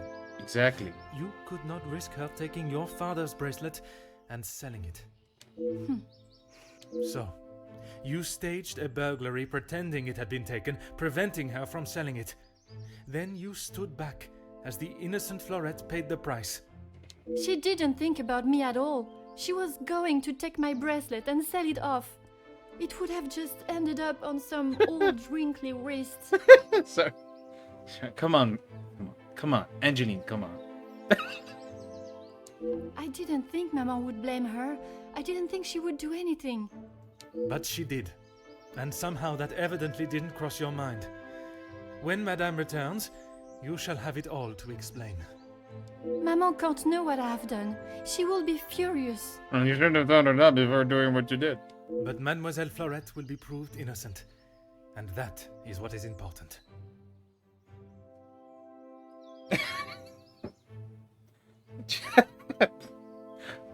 But it's not in France, Chad. We're in Belgium. No crime has been committed. So I So it should see be no fries, reason why fries, it should fries. continue any longer. It is time you considered the consequences of your actions. And now, you must face them head on. Why was that so loud? The door. Maman, you're home. Oh, who's this guy? Of course I am. And I've brought someone that will bring some order to this chaos. Not the chocolate. Waffles. Exactly. But fries, because they call it French fries, but the Belgians were the one who made it, apparently. Major Felix Hagen. He may hold the rank of major in the British Army, but I question... Wait, I thought we were in Belgium. Now we're in Britain. In police matters, I am the authority. This is my investigation. And I will not have Madame dictating the results any longer. Major, I can assure you, I have the situation under control. From what I have heard, you are far from it. Okay, so we are in the UK. So the others... Angeline might have been French, and Florette might have been French. But Poirot's Belgian. That I'm sure. The missing bracelet has been found, and the guilty party has been identified. I am well aware that the maid servant was behind it all. Oh, shut up. And yet I see her standing as free and innocent as you and me. I am sure Madame Van den Bosch has informed you of her suspicions, but I'm afraid it was merely speculation. Excuse me? After conducting a full investigation, the evidence and facts led me to deduce... Also in the books, especially like in the earlier books when Poirot's not that famous, he really hates it. He really hates it when he's called French. And I feel like Agatha Christie meant that more as like a personality trait, which is very interesting.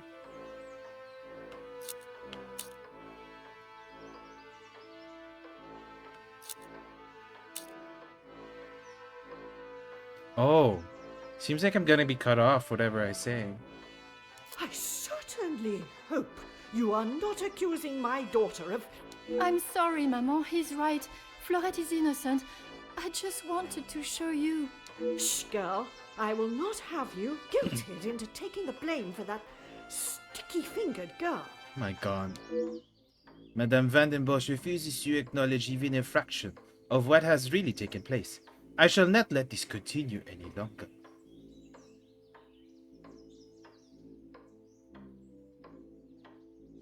Madame Vandenbosch, perhaps it would benefit you to hear Mademoiselle Angeline's... Perhaps it would benefit you to remember you are nothing more than a simple officer of the law. Officer Poirot, a word. Madame Van den Bosch was forced to make her way to inform me, alone, I might add, of the goings-on at the house today. Major, with all due respect, she was impeding the investigation. This may be how some officers act in the city, but here we So show we're... respect. Where the fuck are we?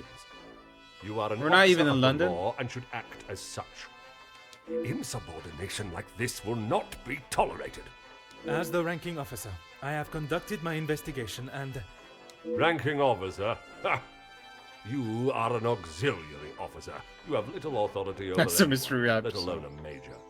You That's would a be different wise to remember who is close friends with your commanding officer. Oh, I wanna buy the other Golden Idol game now because playing Case of the Golden Idol was so much fun. After what I have heard of your past in the city, I'm sure he would look upon today's events as another failure at the hands of Officer Poirot. Failure, huh? As absurd as this has become, I must select my battles more tactfully. I can only hope the captain at the station will see things with some sense. Oui, Major. Now I suggest you do your duty and escort the maidservant to the station where she can be formally charged and a sufficient punishment handed out. Right away. Bitch. That's sad. I'm sorry, mademoiselle. This is not the outcome I expected. Maman was right. We'll always pay the price for the upper class's actions. Ooh! We will do everything we can to clear your name. What can you do now? Madame said I'm guilty of a crime and I'll be punished. That's that. A crime that was never committed. Once the truth is explained, this wrong shall be set right. Angeline did not intend for you to be arrested. Surely you know her better than that. I should have known better than to expect anything else. Justice and fairness don't reach the likes of me. This young lady has already faced so much mistreatment at the hands of Madame Vandenbosch. I shall not allow her punishment to continue. What you saw today was not justice. In the eyes of the law, you are innocent and have been harshly treated and wrongly accused. No one will be going to jail. But that doesn't help my employment, does it? That I cannot save. But your freedom, I shall make sure of that. I feel like an imposter dressed in police clothing. I was brought here today as a representative of the law, and any shred of authority I had was dashed at the hands of the major. I refuse to allow justice to waver and for it to become nothing more than a hand for those that wish to play it, as and when they choose. This is not the first time I have seen the law bent to fit one's purpose, but it will certainly be the last time I fail to stop it. That sounded so dramatic, considering this was all for a bracelet.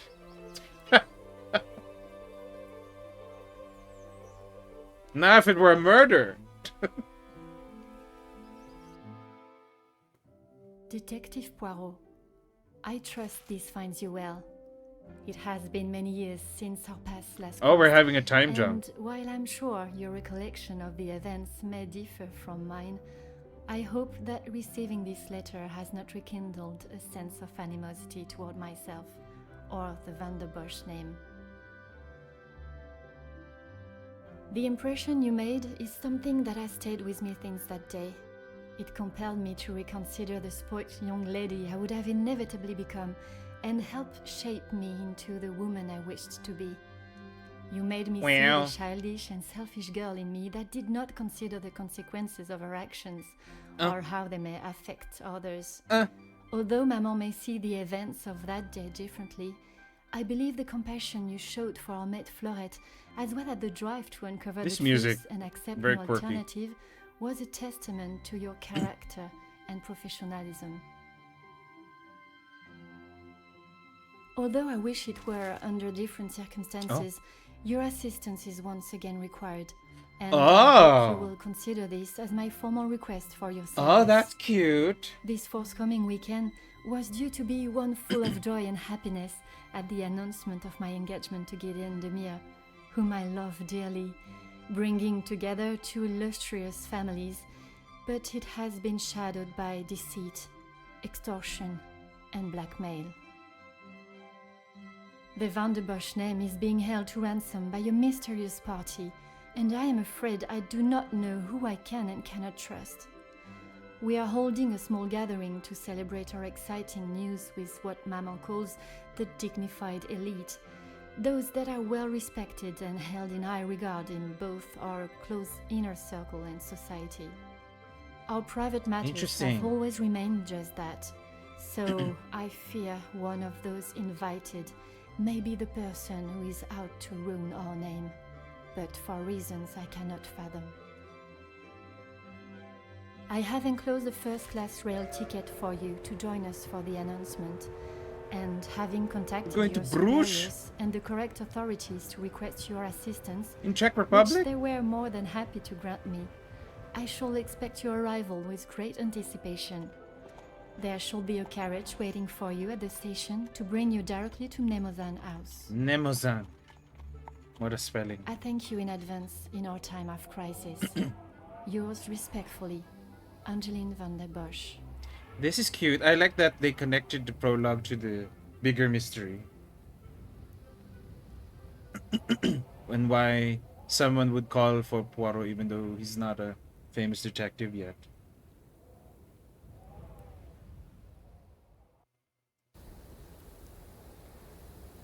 Cute. The black man. Oh. They made him even more sexy. I have finally arrived. My priority is to get out of this bitter cold before I freeze completely.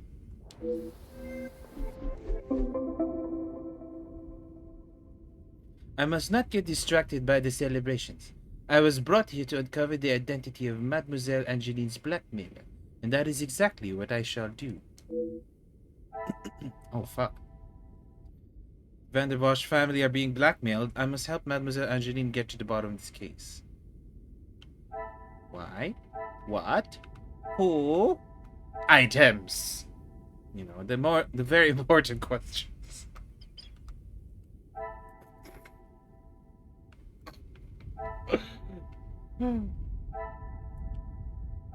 Oh, we have all the questions. Angeline's letter. Police orders. Orders to investigate the matter of blackmail targeting the Van der... Oh, interesting. Oh, he's so cold. He's just a little man. Oh, the snow. Oh, they didn't have to do that, but wow. Let's draw a penis.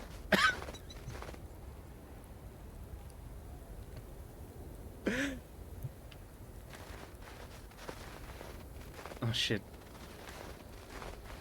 Oh no! There's a fountain in the middle. Can't be a huge dick. We just draw a tiny one. Draw a tiny one.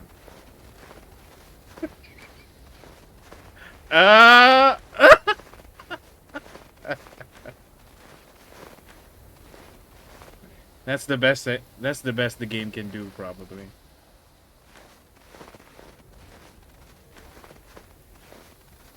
I like that I didn't even try going in first. I'm just exploring everywhere. It's probably super cold. He's not even wearing like a thicker jacket for the cold. Like, sir?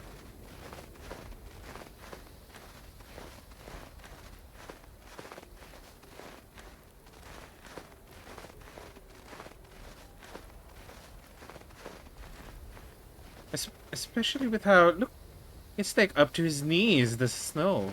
My goodness. Is he even wearing boots?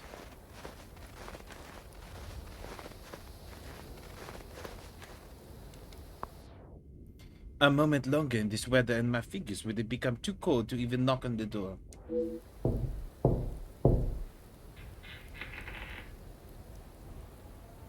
Bonjour. He's just My name wearing is Hercule Poirot. normal I am here dress at the shoes. invitation of Mademoiselle Angeline.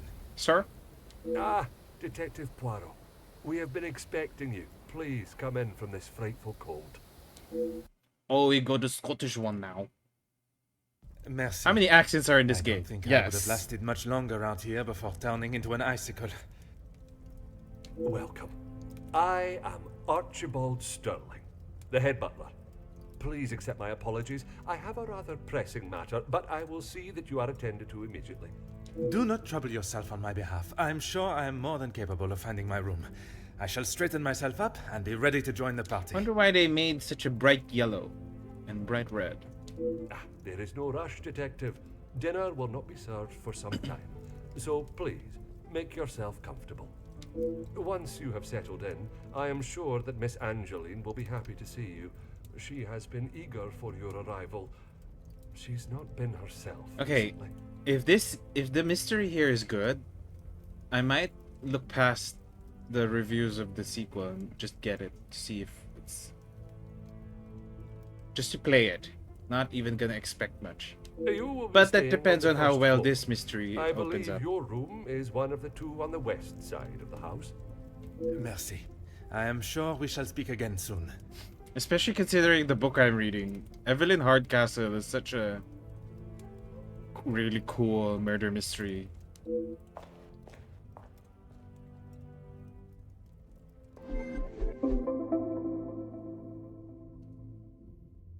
This feels like so quaint and cozy and tiny compared to what's going on in Evelyn Hardcastle. It is time to make myself comfortable. I should begin with finding my room and straightening myself up before the party begins.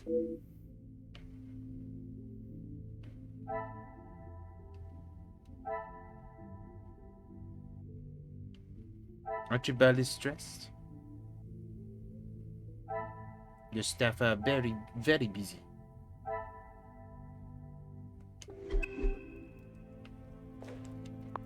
Look how red his socks and shoes are. Tonight's arrivals have written a small signed message. The male guests are based in the East Room. I do like the design of the house. Look at it, so nice. Who's this guy? Zachariah? Oh, but spelled like that. Bonjour. Allow me to introduce myself. I am Detective Hercule Poirot. Detective, I hope you're not here for me. Excuse me? Not that I am aware of. Should I be? Ha! Ha ha! Not often you meet a detective with a sense of humor. I'm Zakaria Demir, but you Zakaria. can call me Zach. Oh, is he the brother of the groom? Judging by the smell of alcohol, I would say he had begun the celebrations already, and is likely to be this friendly with everyone. Have you had a chance to congratulate the happy couple? If I had seen them, maybe I would have. It is meant to be their celebration, but they're always off, dealing with something or other. Something or other? A rather vague expression. Let's just say they like to keep their cards close to their chest. For such a well-known family, I'm surprised they can keep anything hidden. Would you care to elaborate on what Mademoiselle may be hiding? I'd rather not. You're the detective, isn't that your job? Oh, Très bien, Monsieur Demir.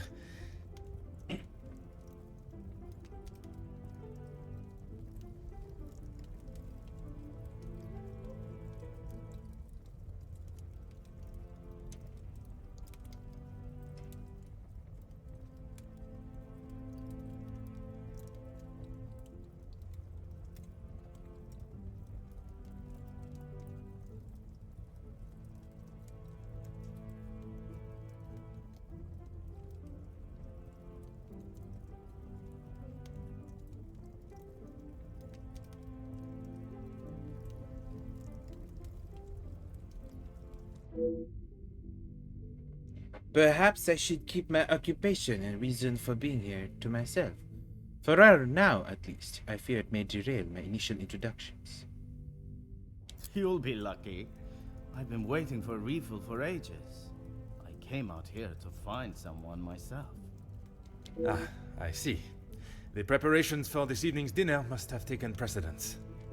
I've seen that butler running around like a madman, but there is still no party to speak of. It's pretty clear they need to hire a few more hands. Lol. I hope you find out which one's the true answer. But I feel like Belgian is much more fun. I shall take up no more of your time. À bientôt.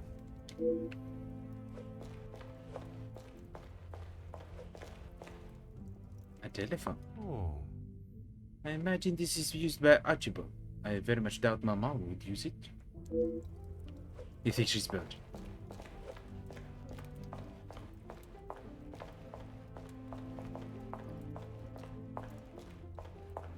His shoes are so bright red. It's crazy.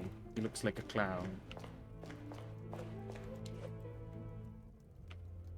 Excuse me? Aha. A portrait of the distinguished-looking gentleman. He doesn't appear to be related to the family.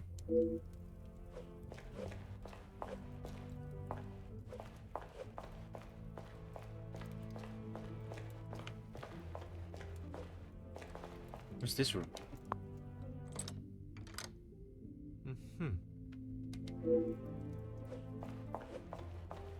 I do like the design of the house. It's cute.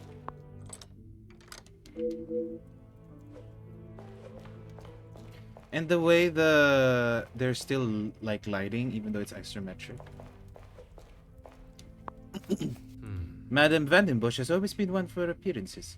Why would the family want to keep a price tag on the vase?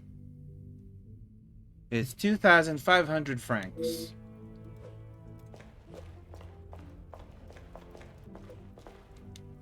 Huh.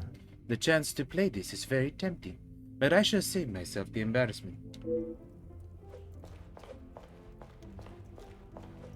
Ah. Looks quite valuable and delicate. I shall resist the temptation to inspect it any further. Ah. A roaring fire. I could stand and gaze into the flames for hours.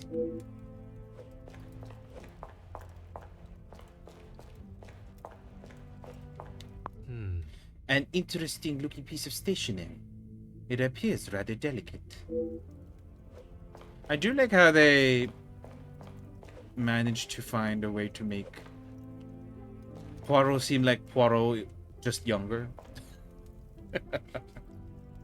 It still feels like it's him.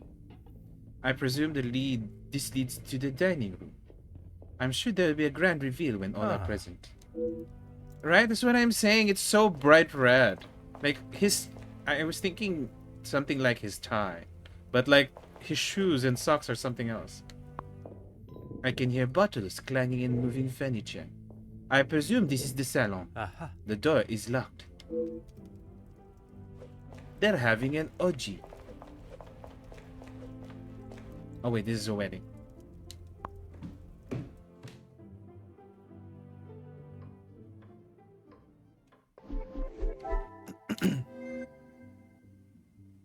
What did he say? First floor, West Wing. Okay.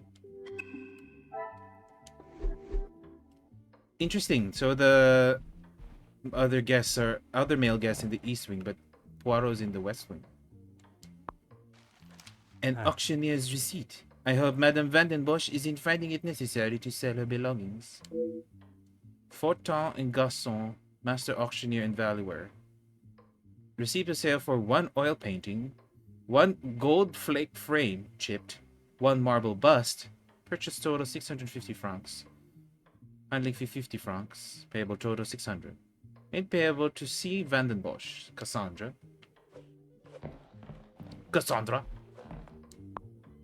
A painting of a valley with a series of beautiful cliffs. The scenery is truly breathtaking. Is that music? Huh. I can hear music from inside. The room must already have a resident. Perhaps others have arrived before me. What are above the rooms? Are they saints? I think they're saints. Oh. A beautifully composed painting of 7 saints. Madame has quite an eye for striking artwork. I think these are the ones that are above the bedroom doors. This is his room. Huh.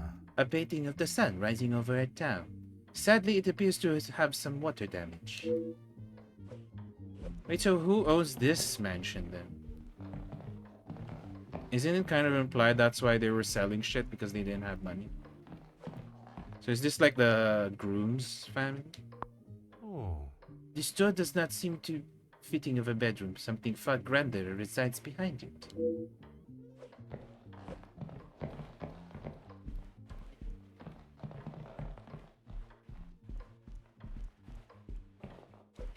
Ah. I am not sure how I would fare coming face to face with such beasts.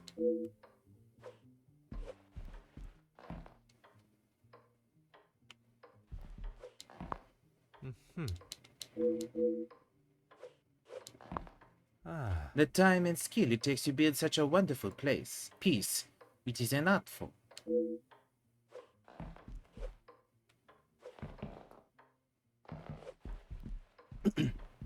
I'm not sure about making him have a buzz cut. Because I feel like in the books, he kind of describes how much he missed his hair. So that implies that he probably had like a nice coiffed hair when he was younger. That's what I was saying. He looks like a clown. Shoes. The time it takes, huh? Aha. Poirot thinks he's funny. Plants lean and rely on each other to survive. Something we as a species could take a lesson from. Okay, so still as existential as when he was younger. Okay, this is clearly my room, because it's the first floor, west wing.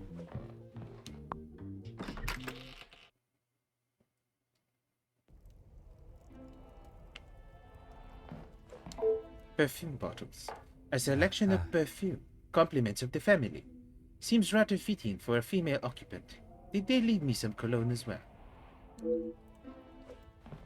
Wait, is this not my room? A roaring fire. I could stand in the... Oh, it's the same thing there. Oh, look at that wallpaper! That is a beautiful wallpaper. The fallen snow has laid a beautiful white blanket over the countryside that surrounds the house. Understandable to hide a woman's modesty while changing. Wait, so this isn't my room? It said west first floor. Is this not west?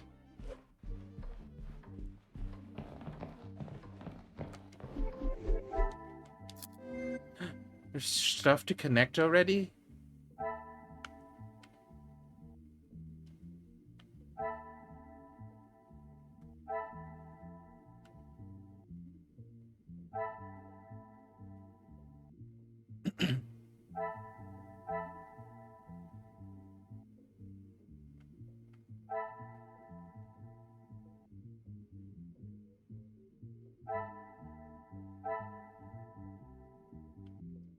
Oh, we can talk to Angeline, but we haven't seen her yet.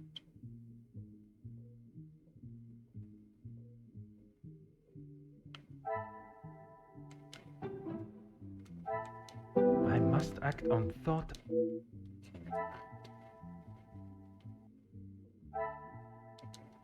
This one? I cannot see the logic in this. There's 3 to connect already? Shocked.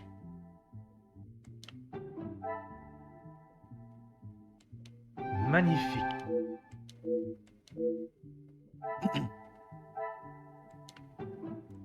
Some would say a lucky guess.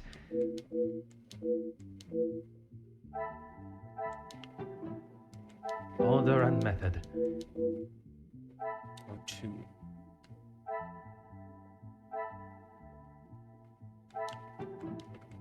This will not get me any closer to...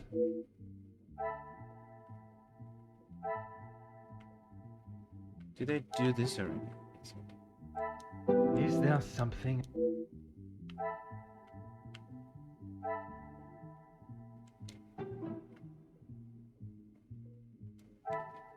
Come, my little grey cells. What? There's still more?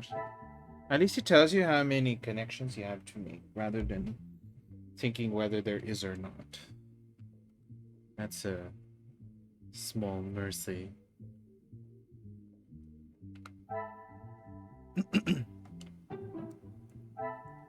What a revelation! Oh, so we're supposed to connect that it's not our room.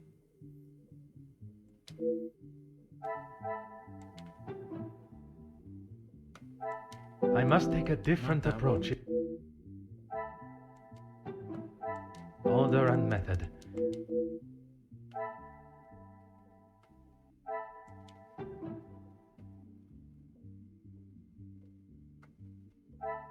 I cannot see the logic in this. Oh wait, it didn't go up, so it must be doing something.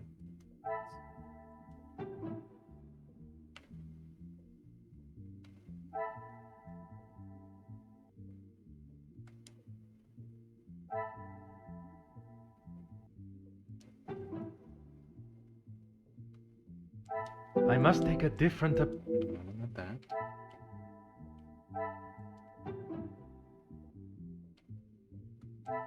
Is there something I am not...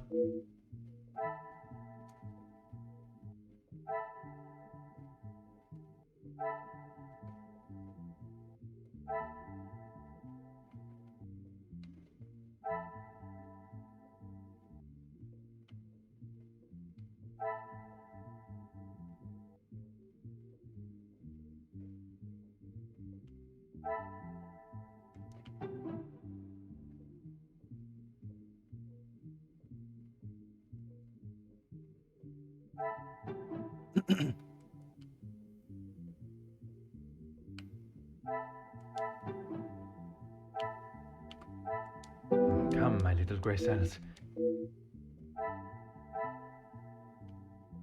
How sure is it this? Magnifique. That would be the last thing that I would connect it to. But okay.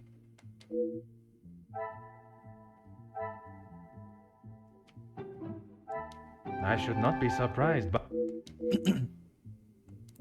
Yes, he sent you to the wrong room. Inspect the bedroom. Oh, okay. Okay. I assumed we were in the wrong room. This is very interesting because in this type of game, you can make thoughts in advance, but the game hasn't caught up with you yet. Weirdly, sometimes. Aha. A card is hidden under the pillow. It indicates Hugo would like Miss Conrad to speak with him ASAP. It appears Monsieur Sterling has given me the wrong room. This one had been made up for Jacqueline Conrad. No matter, I shall find ma chambre myself.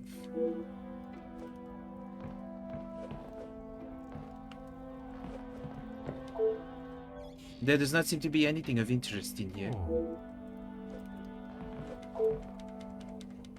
I'll read this one.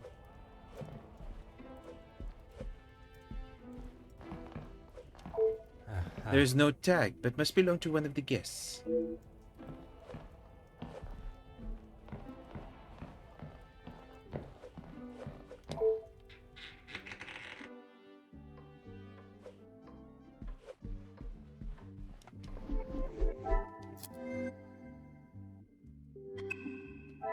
Talk to Angeline, Dr. Zakaria. Inspect the ground floor hall. Can we not go up yet? Maybe not.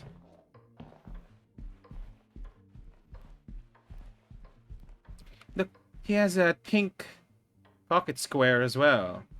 Why did they dress him up in such garish colors? Oh, Gideon. Oh, he's the groom, right? You must be Detective Poirot. Welcome. Allow me to introduce myself. Gideon Demir. The fiancé to Mademoiselle Angeline. The pleasure is all mine. Angeline spoke so highly of you. It sounds as though you are the man that can sort this terrible mess out. I am, monsieur. You have my word. The guests that are attending your announcement. Mostly friends of the family. A couple of business associates. So it's of mine. not the Quite wedding a mix yet. from all walks of life. This is just the announcement of the wedding. Good. With regards to the blackmailing, can they be trusted, or should they be considered suspects? Angeline is struggling to trust anyone right now. But Madame van den Bosch, as it is her house, thought it was best for us to have them all present. And they will all be staying in the house. Yes, it is a rather full house. All 6 guests will be staying on this floor. The family resides on the 2nd floor. As does Felix. I will be sure to speak with them all. However, I will keep my identity and purpose for being here hidden, at least until I have made my initial introductions. I'm afraid that ship may have already sailed. Once the Comtesse gets wind of something, a detective coming to the house, for example, you can bet everyone will know. How has Mademoiselle Angeline been since receiving the letters?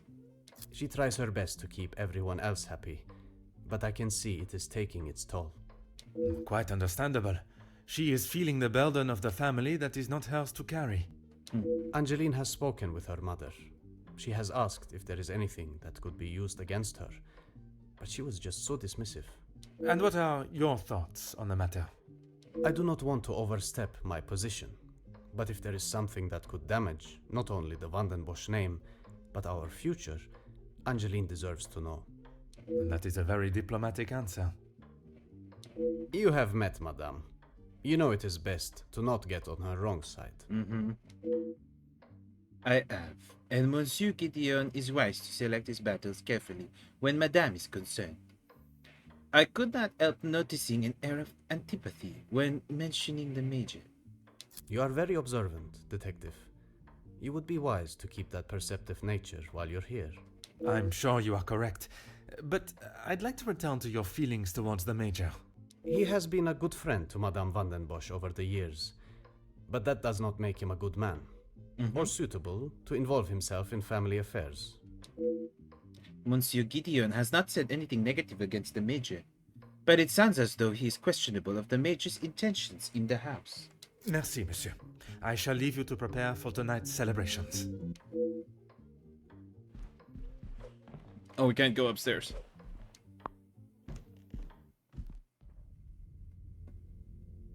Bon, Mademoiselle Angeline is here.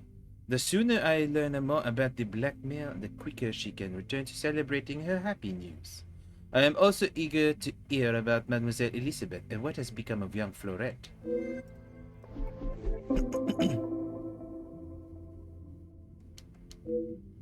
The Van den Bosch family have held a place in my mind since our first meeting.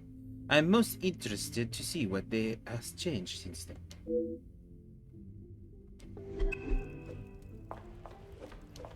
Mademoiselle Angeline, it is a pleasure to see you again. Why does Angeline look so much taller? Detective, how wonderful you are here. Your travel was not too arduous, I hope? Watching from my carriage window, I saw the beautiful countryside and rolling hills. It was anything but taxing. I'm truly thankful you could make it here at such late notice. I like that they made Poirot very polite as well. Because of course he's gonna be young, so he's gonna be more polite. Because at his prime, he's like very direct and rude sometimes. No thanks are required, mademoiselle. When one is requested personally, there is nothing more important. It seems the staff has been almost run off their feet today. Is it always like this? Gideon and I only wanted a small dinner to celebrate our engagement, but Maman was adamant on throwing this party. It may have been her idea, but it's the staff that have made it happen. Their efforts do not go unnoticed, from me at least. They have been with us for so long. I do my best to make sure they are happy and content. Mademoiselle has made a remarkable transformation from selfish spoiled brat to the gracious young woman I see before me. Brat? Although I must solve this case alone, Mademoiselle's insight may be of great assistance throughout my investigation. Who is aware of the blackmail letters and their content? Only Maman, Elizabeth, my beloved Gideon. Oh, Elizabeth's here. And you, of course. And what is your fiancé's opinion of the letters? He thinks me foolish for paying the first one if there is no secret to reveal.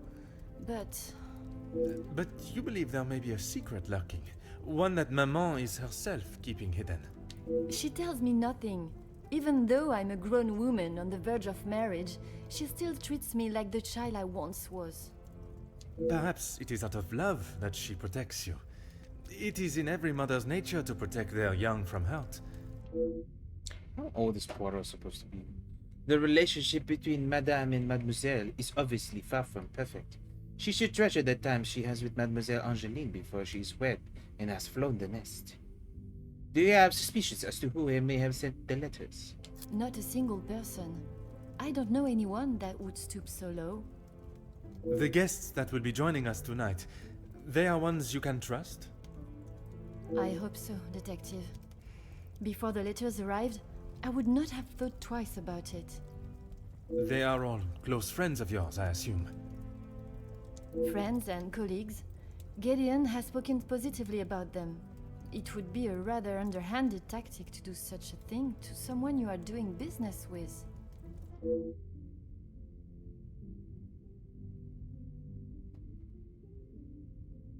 Mademoiselle seems naive to the future nature of business. It can be ruthless and unapologetic. Perhaps I should not overlook them as suspects as quickly as Mademoiselle has. Tell me, what became of the young maidservant Florette? Oh, Detective, I'm afraid I just don't know. She was quite adamant at the police station that she would not be returning to the house, but I assumed she would at least collect her belongings. Maman demanded that Elizabeth pack up everything she had and dispose of it. As if the poor girl had not already lost enough. But I couldn't let that happen. Elizabeth and I took her belongings, what little there was of them, to a friend of hers in the town that Elizabeth knew of. But not even she had heard from her. Could Florette have returned to her family? I wanted to contact her, but I had no address or telephone number. Surely Madame must have had some information when she employed her. You saw how Maman was. As soon as Florette was out of sight of the house, it was as though she had never been there at all. Elizabeth was most upset at the news Florette would not be returning. And your mama's choice to ignore her accountability for the girl stopped you searching. Please, Detective, you cannot make me feel any worse than I already do. If I could go back and live that day again, you must believe me, I would never have done it. Mademoiselle Angeline has finally accepted the responsibility and is remorseful for her actions that day and the consequences that followed. I am pleased to see maturity in her, but that does not help young Florette wherever she may be. There are certainly some beautiful pieces of art here. Yes, Maman has quite a collection, although they are not all to my taste. Most, in fact. The painting of the saints in particular, it is quite exquisite. Is it connected to the house in some way? The one in the hall? If you look above your bedroom door, you will see one of their names. I believe they were originally carved to watch over the occupants. Merci, mademoiselle. I shall find you if there is anything further I need.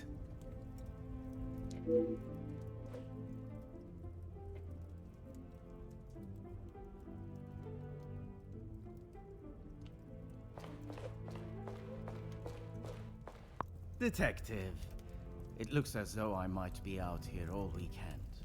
What can I do for you? Would it not be easier to find the staff yourself instead of waiting for their return? I'm a guest. I shouldn't have to go around chasing them. Perhaps the party preparation is more of a priority. It's not my fault they aren't ready. Why don't I wait here while you check in the butler's pantry in the east corridor? I think I saw a maid go in there earlier. I shall take up no more of your time. À bientôt.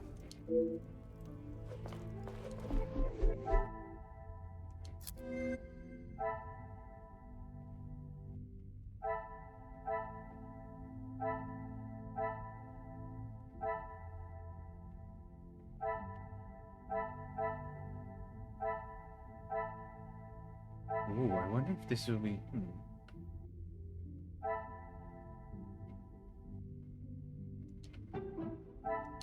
What a revelation!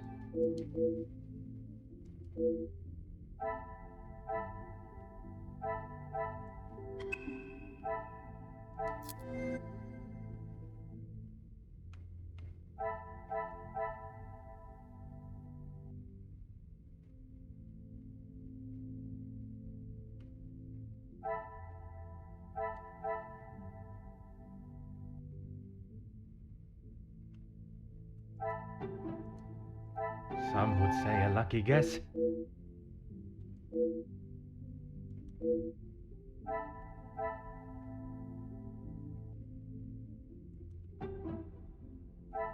Things are beginning to...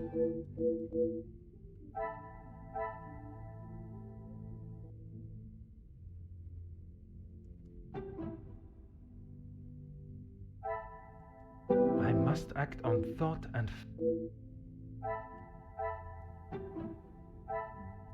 The pieces of the puzzle are fine.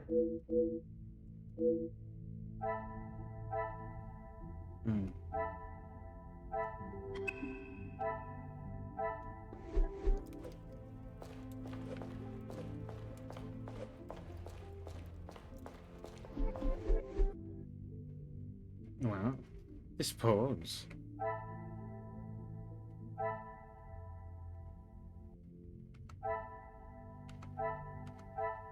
Oh, interesting that they still have stuff here for them.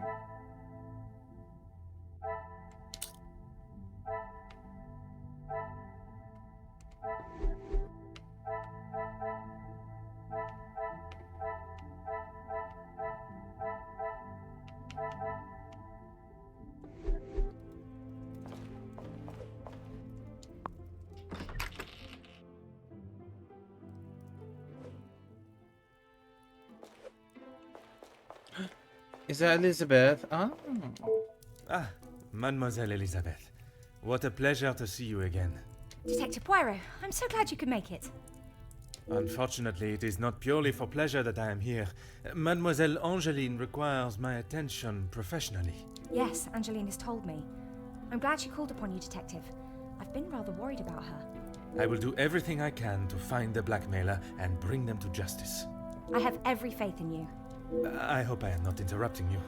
We're all very busy, as I'm sure you can imagine. After I'm done, I can come to your room and help you with any further questions.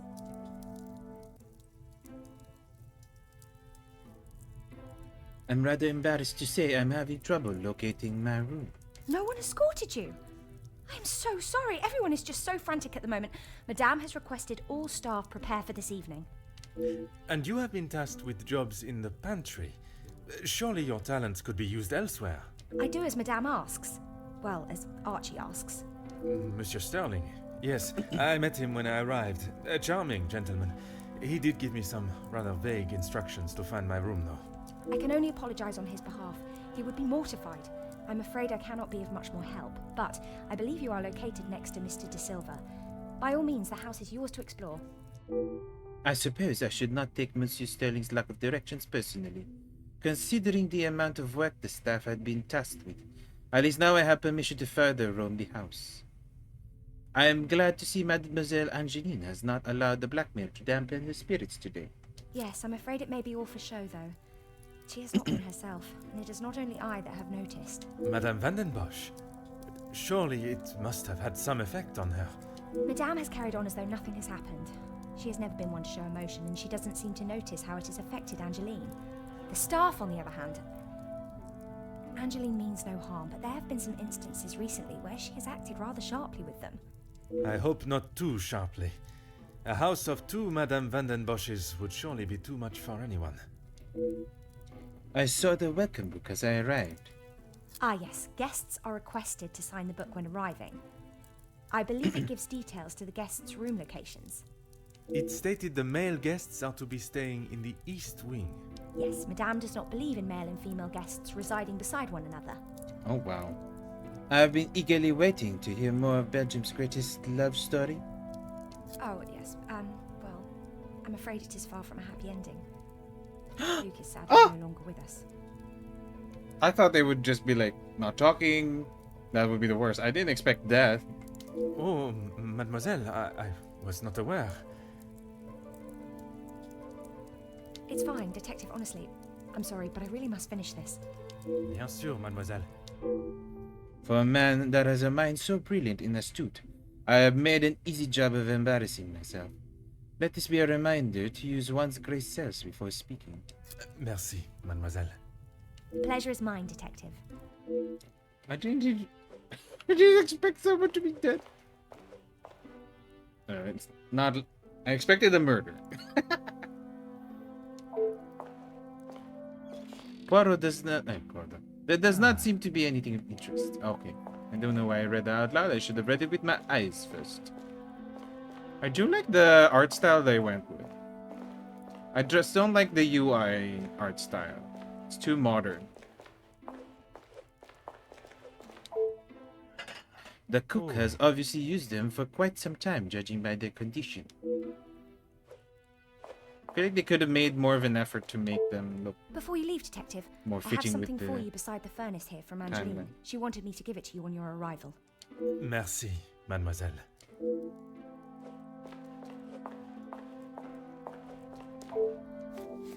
The second letter acknowledges a payment from a previous blackmail letter. Mademoiselle Van den Bosch, you were wise to take me seriously. You have bought my silence for a moment at least.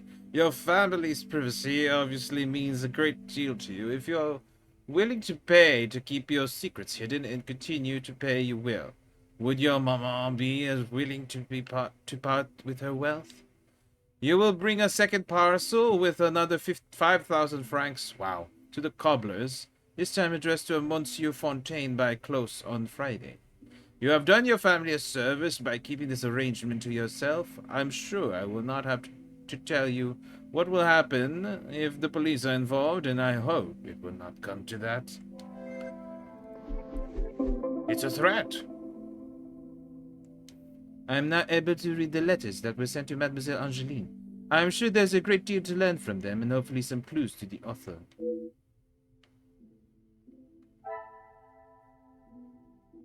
Quill pen. Handwriting. Another success.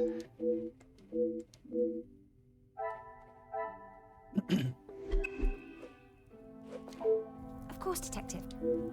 I noticed a rather extravagant-looking pen in the hall. I would not say it in front of the Major, but it is rather hideous. It was a gift from him to Madame from his time overseas. I don't think it even has the capability of writing. A pen that does not write is like a fish that cannot swim. As Angeline describes it, a useless ornament. It's the thought that counts, I suppose. Merci, mademoiselle. Pleasure is mine, Detective.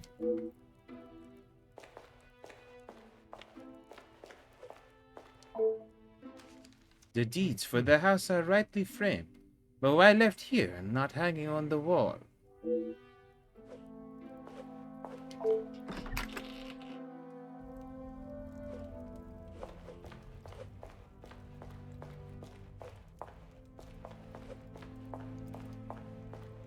At least they made him walk faster when he's in a larger area.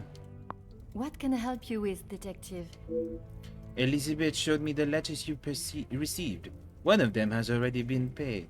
I was right to pay it, yes? You have read them. What do you think?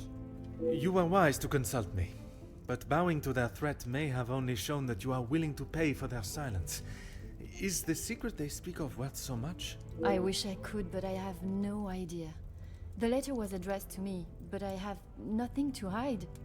Maman took one look at it and disregarded the whole thing as someone's idea of a joke. Huh? She looked at it. She is not aware of the second letter.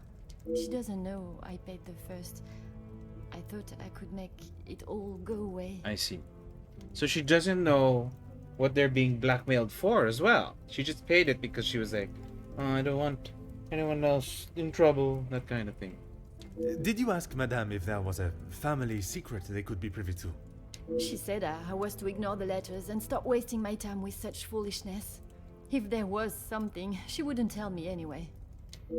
It appears Mademoiselle believes her maman's attempts to brush away the serious nature of the letters as little as I do.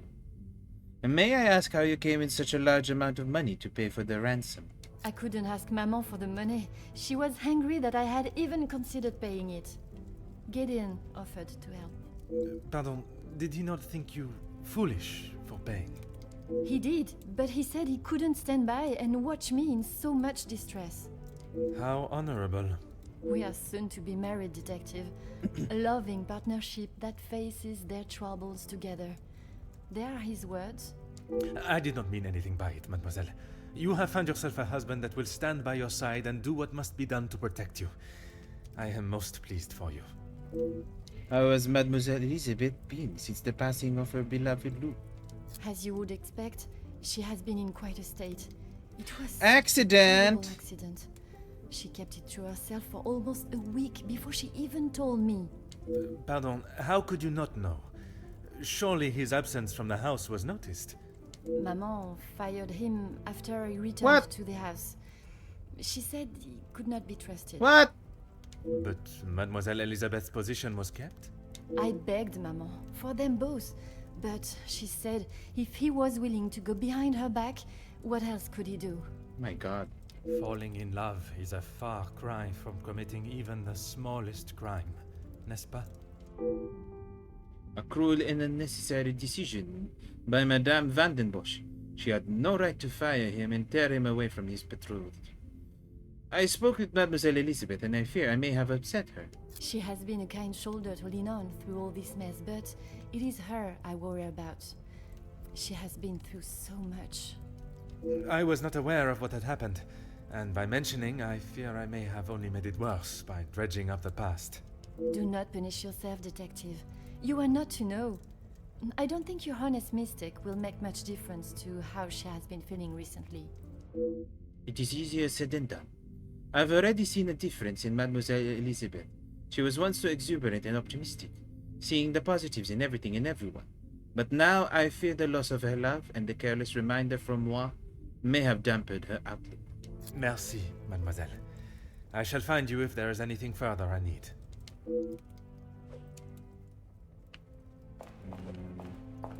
Can I read the guest book again? Huh. Talk to Gideon, talk to Zachariah, talk to Gideon.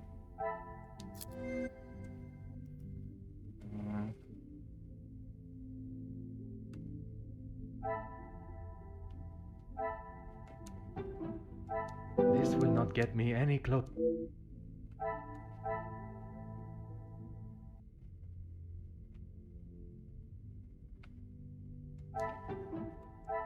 Another success. Yeah. That's why they're concerned, I get it. Yeah, that means the staff knows about the blackmail.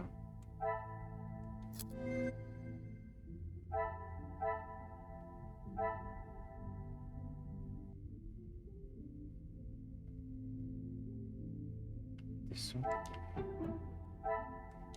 Some would say a lucky guess. It's truly terrible that Luke passed away to see how broken Elizabeth is. Oops. Hi, Tyler. You want to karaoke, huh? Okay. How are you doing, by the way?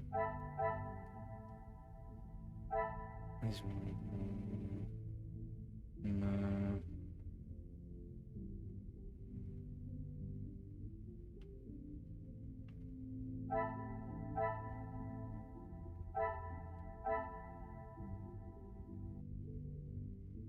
Oh, this one.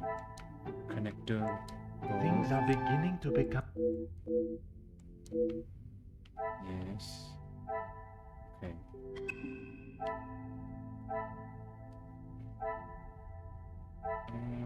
No.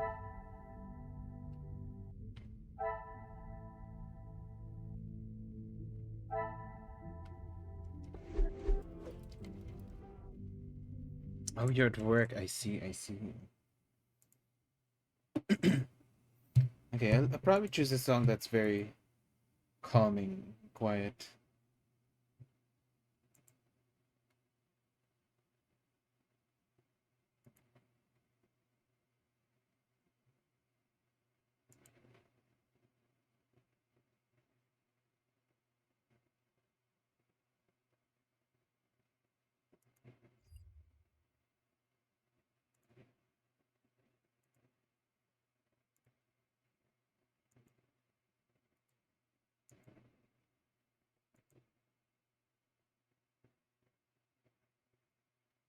Let me just look for one that would fit.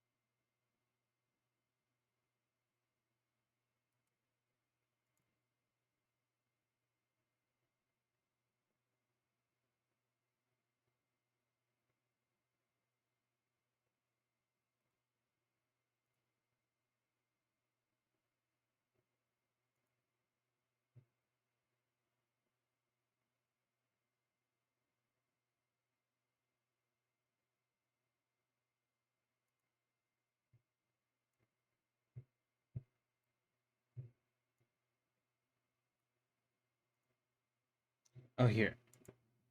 I have a DXX song that would fit.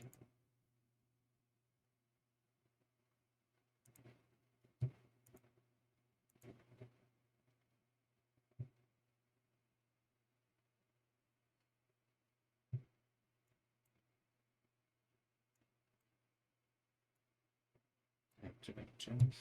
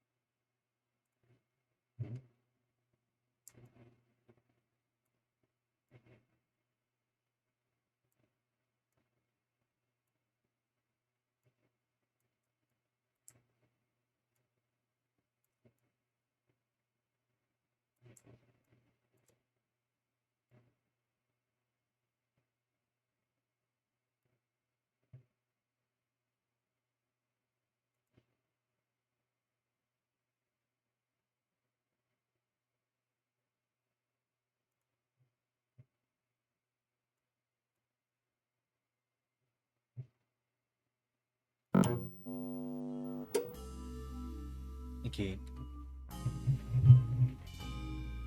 Here's one for you, Tyler.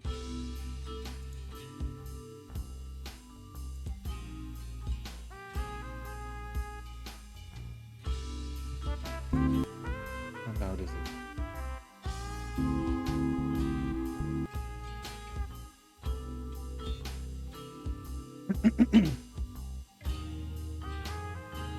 So this is Shelter by DXX. This one's a chill one. I find shelter in this way, undercover. Is it still on? Thank you, Bella. There you go.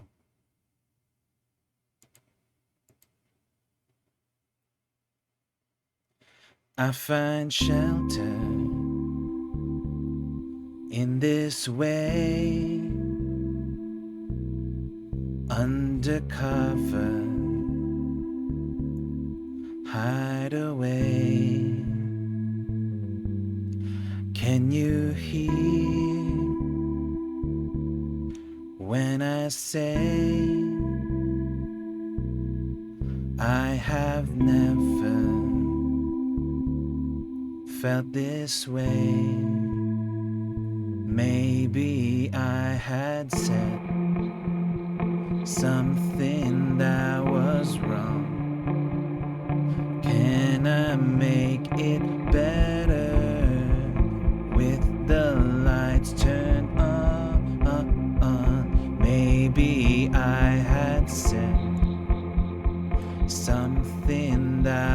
was wrong? Can I make it better with the lights turned on?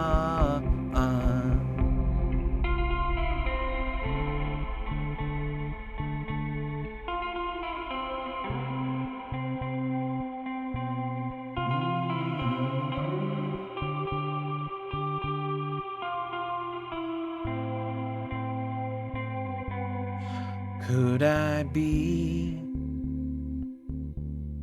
Was I there? It felt so crystal in the air. I still want to drown.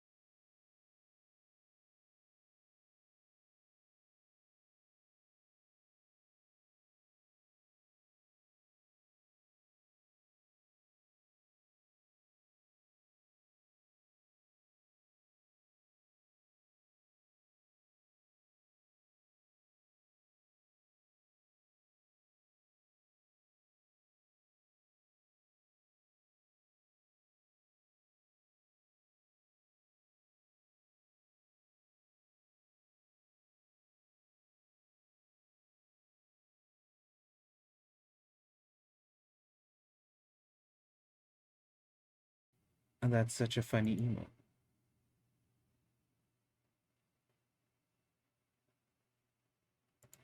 Oh my god, that's so funny though.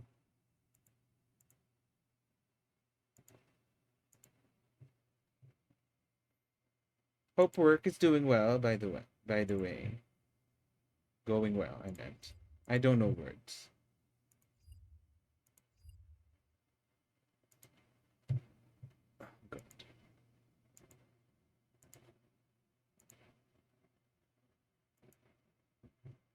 So you can you may feel it too.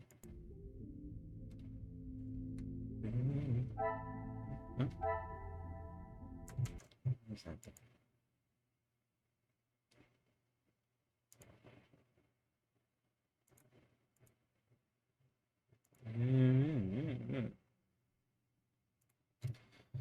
I really hope the case is fun. because this is very intriguing so far.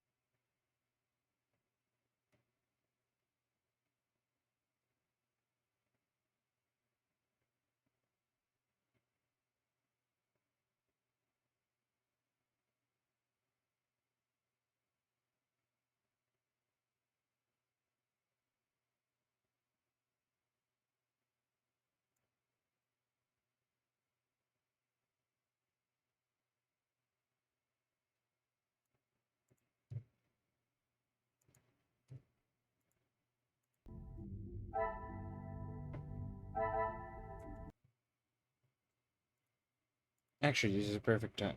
Night. Refill my water and piss.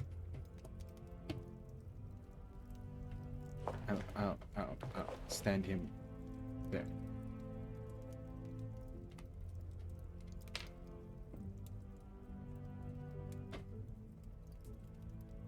Oh, actually.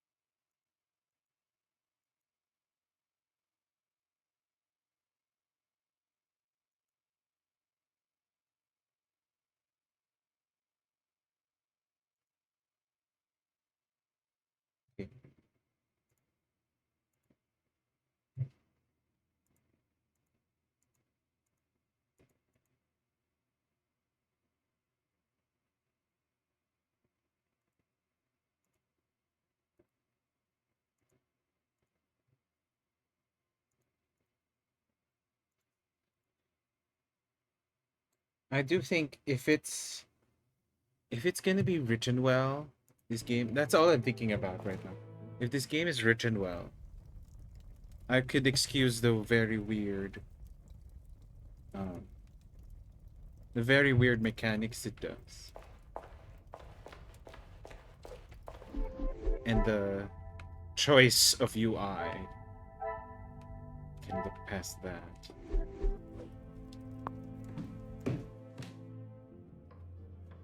I do like that you're told to like you're like told when you have something new to talk about just with someone. That way you know Please? whether to talk Ask to away, them or detective. not and not waste time. Feels like a visual novel with extra steps. That's how it feels like right now. I am aware finances can be a sensitive subject, but may I ask of the house's situation? As far as I'm aware, everything is in order. From what I understand, the late Viscount had made some questionable What is his investments. accent supposed to be? But that Can't is all tell. in the past. And regarding the payment of the blackmail, Angeline does not have to worry about money anymore. I was born into some wealth, and I have earned my own fortune. Okay, now. I assume you have heard about the consequences of my visit last time. Angeline has spoken of it. You made quite the impression on her, detective. I feel responsible for what came from that day. Florette's dismissal and Luke's. It is not your fault. Madame van den Bosch does not like it when her rules or authority are undermined. I try to explain to Angeline the same, but her guilt has not left her. Mademoiselle explained the payment of the blackmail letter. I suppose you think I was unwise to pay it? I am glad Mademoiselle requested my help before you fell further out of pocket. Madame van den Bosch had no intentions of paying it. Whether she believes there is a secret that could ruin the family, or not. It was an honorable move for you to make the payment. It was certainly no small fee. Angeline is to be my wife, and then we shall be family. As far as I am concerned, my money is our money. Merci, monsieur. I shall leave you to prepare for tonight's celebrations. What's that? Oh. Music stopped. Was it this door?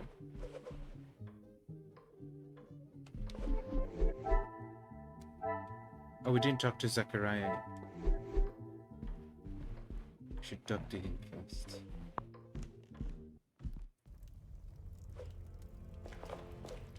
Detective, it looks as though I might be out here all weekend. What can I do for you? Monsieur Sterling said my room was on the first floor. Is that what he said? I can barely understand most of what he says with that accent. I can understand Monsieur Sterling perfectly, but Monsieur Demire is one more Vin Rouge away from becoming unintelligible. Do you say Vin Rouge? Is that how you say? I find his accent rather pleasant, reassuring. I guess. Not too helpful when it comes to Describe red finding your wine. room, though. You'll probably be the lucky one that has that hideous plant outside the door. I shall take up no more of your time. À bientôt.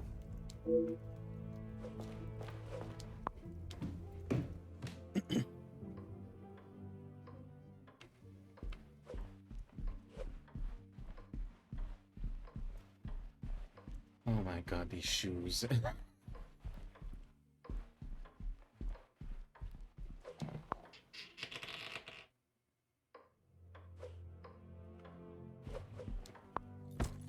Zachariah Demir, I presume. It is rather expensive luggage. His room faces the back garden. I should really conclude that this room is mine before going in. Ah, This plant is striking and full of color. Really draws one's attention in a positive way.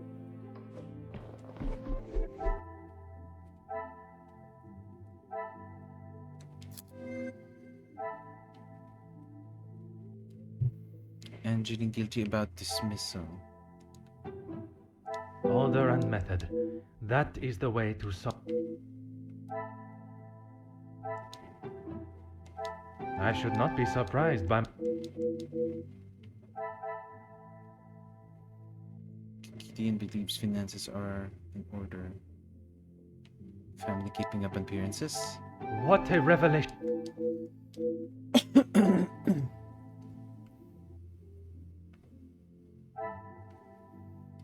Family taking care of money now.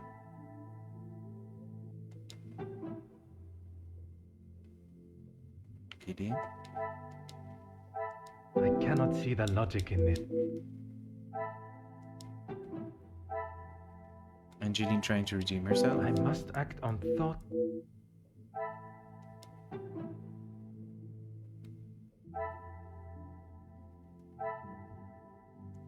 This will not get me any. This is the new one. Unless it's this one. And I just didn't notice. Come, my little Grace.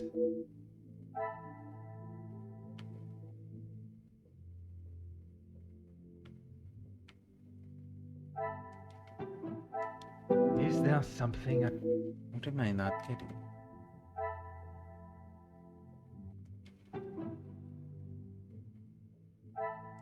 I must take a different.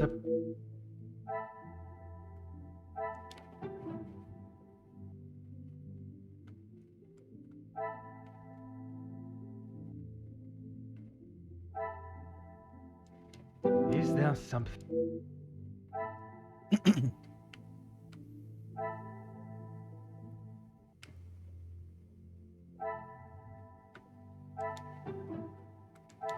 The pieces of the puzzle are fine. It is certainly not the happy news I was expecting. Mademoiselle Elizabeth lost her beloved Luke, and young Florette, the maidservant, had not been seen. Even with Mademoiselle Angeline's efforts, at least it appears the family has survived the financial difficulties.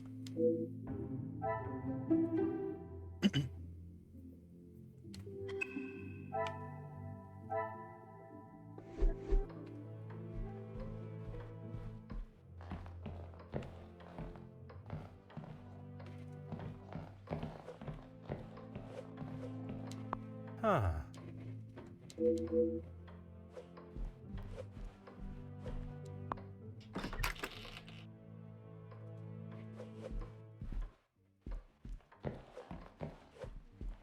Should be 6 rooms, right? Or 7 rooms?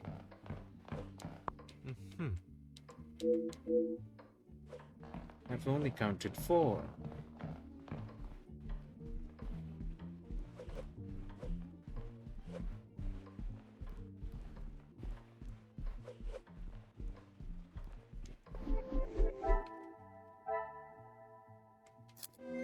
Is there like a southeast? Is that why I'm not noticing? Like a second door? Oh, there is. They should have made it much more obvious. I pity the person who would have a harder time noticing that.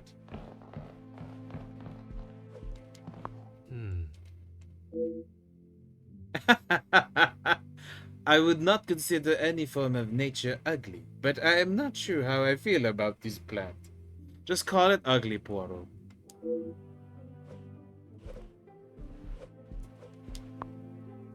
More luggage for Mr. E. de Silva, left unattended and right between the two front-facing rooms. Come, my little gracers, let us solve this mystery. Okay, I like that they kind of prompt you, like you're close to something. I do like that they give you red herrings and they're not always obviously red herrings. That's smart. Because sometimes people put red herrings and they're like, it's obviously a red herring. I'm not gonna be fooled into thinking so. Kind of thing.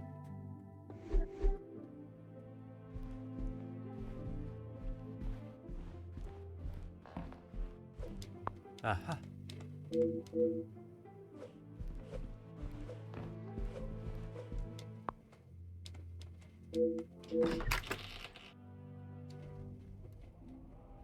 Finally, I have found my chambre. Although the journey was longer than expected, the destination is really quite charming. I should make myself familiar and comfortable in my new surroundings. Wow, 4-poster bed, Poirot? I wonder if I will get a chance to catch up on my reading whilst I stay here. Which reminds me, I'm gonna read before I sleep. The snow has a limited view from the window. But it certainly has a beauty of its own.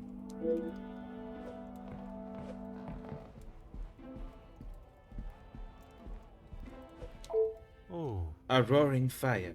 I could not stand and gaze into the flames for even for a detective like myself, finding this room was quite an arduous task. The house may hold more secrets than expected. Okay. Oh. Hello? Oh, it's Elizabeth. Oh, you just come in before me answering? Elizabeth, thank you for coming.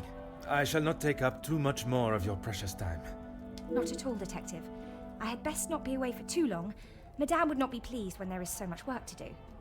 Well, mademoiselle, if anyone was to ask, I required your urgent attention with a delicate matter. That should be enough to give you a moment's peace. Thank you, Detective. Can I assume you are aware of the probable blackmail ring in the area? Blackmail in your area? I have heard whispers, but this town is full of busybodies. It's hard to know what is the truth and what is hot air from socialites trying to outdo one another. I would not have thought you want to join in with such chatter. I'm not, but it can be hard to ignore. I try to quash any talk of it in the house, but it's easier said than done. When the staff are together, it seems to be a competition to see who can dream up the most scandalous rumour. You are a loyal maid and friend. Mademoiselle Angeline is fortunate to have you. It baffles me why they would target her in the first place. That's what I thought. She has such a kind and Why pure not soul. the mother, if clearly the mother That knows may something? not be what you remember of Mademoiselle, but she has grown into a kind-hearted young lady. I just realized Poirot's pants are like capris. Because they're not folded, so they just stop at that length. Well, it's not necessarily capris. It should be in the middle of the shin, but it's that weird length. I was wary of that when I arrived, but I myself can see a change in her, a maturity. And if it is as kind and pure as you have stated, she should not be troubled by the letter. Letters, Detective. I brought you the other. There's another one.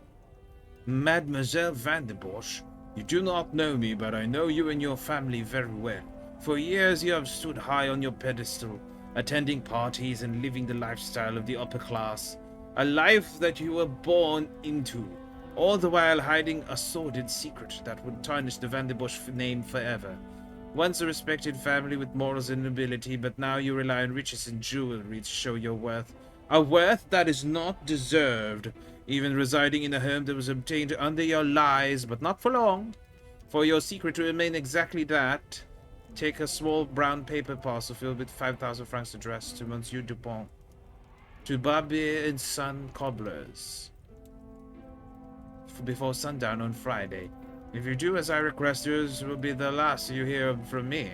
You'll be able to return to your life of stolen wealth in excess. If you refuse, be sure the name Van den Bosch will be the whisper of lips years to come. I have tried to tell her not to think any more on them, but she fears that even a fabricated story could ruin the family name. She even frets at what it may do to her engagement. I have met Monsieur Demire, and I cannot see his love for Angeline diminishing at something so trivial. Merci for bringing this letter to me. Mademoiselle Angeline worries so much about the family name. But from Mademoiselle Elizabeth's telling, she has nothing to worry about. At least from her own perspective. Perhaps the secret does not directly concern Angeline at all, and she is merely the easy target. Merci, mademoiselle. Pleasure is mine, Detective. And she's just gonna stand there.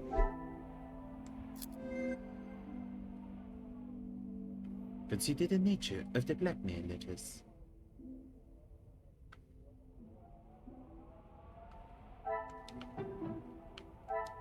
magnifique. Yeah, that's the only sad thing about this, though, is that the way it's linked up feels very symmetrical. Letters probably written in the house. Blackmailer may want the house. I must act on thought and... I thought that would be... I thought that was it. Wishes family to suffer, wishes family to leave the manor. I must take a different approach if... What else is new? A staff aware of blackmail. Household's many secrets. I should not be surprised by my...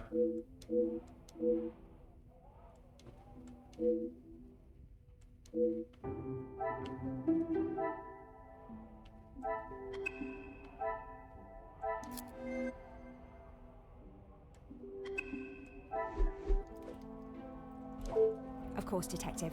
What is it? I was not aware there were plans to sell the house. That is news to me, Detective.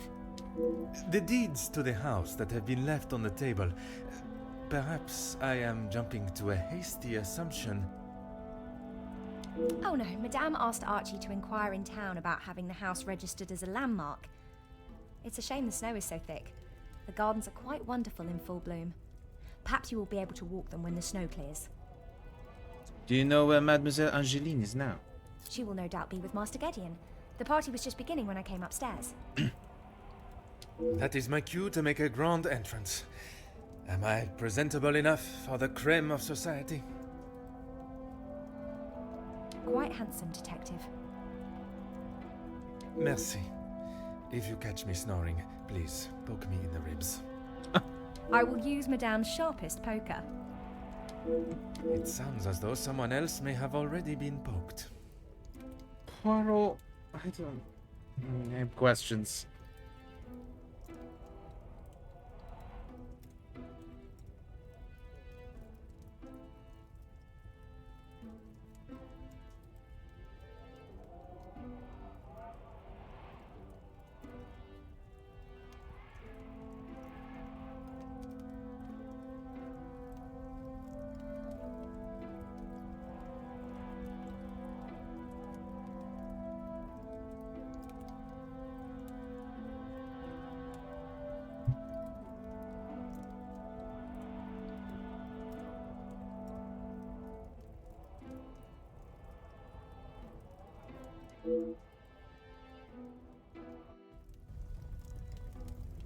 Oh, what has happened here?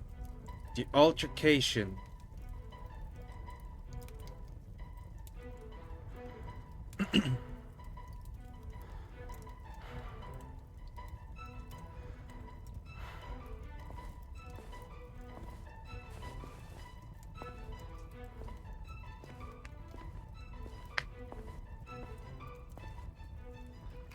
Ladies and gentlemen, please, if you would be so kind to return to the party. With all this excitement out here, I believe that is an end to the excitement, as you put it, Monsieur Demire. It is hardly the job of a detective to resolve domestic arguments. But under the circumstances, perhaps there is more to it. I shall speak with the Major outside. Ah, thank God. One last match. Bonjour, Monsieur Hagen. I wondered when you would be arriving.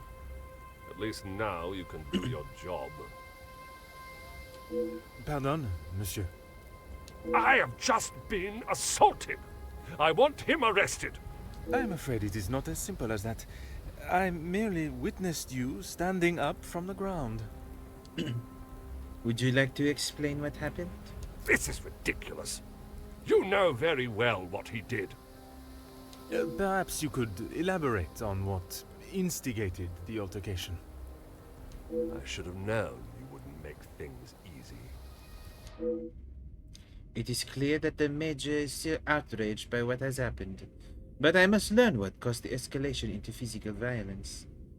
Push on whether the Major instigated the altercation. I have met Monsieur Demire. He does not seem one to physically assault someone unless provoked. I hope you're not implying that I started it.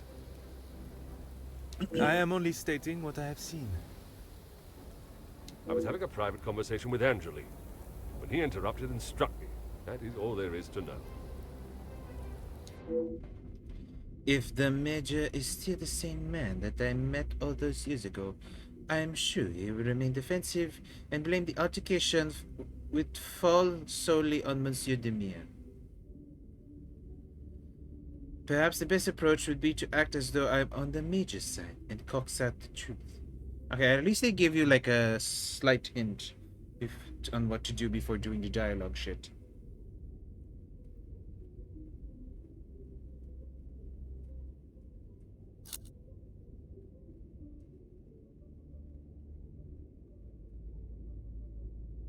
Oh, these are bad.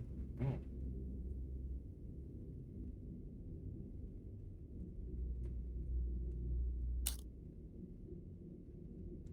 The content of my conversation is not your concern. What should be is that a man has been physically assaulted in his own home. I understood this to be Nemozine House, the Vanden Bosch residence. Am I mistaken? And I reside here. My home is not what is being questioned right now. You have grown rather close with the Vanden Bosch family, it seems. What has my relationship with the family got to do with anything? Why are you even here, officer? Detective.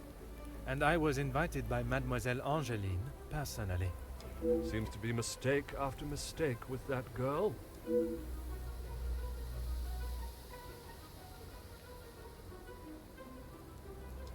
Of course I do.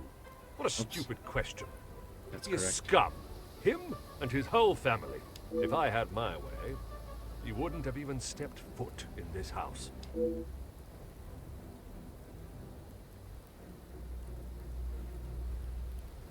Do you think Monsieur Demire's actions were appropriate? Are you dumb as well? Fuck. Why would I be happy about being punched in such an underhanded way? I'm not winning this. My apologies, monsieur. Perhaps I had not worded my question appropriately. Do you feel that Monsieur Demire had reason enough in his eyes to act as he did?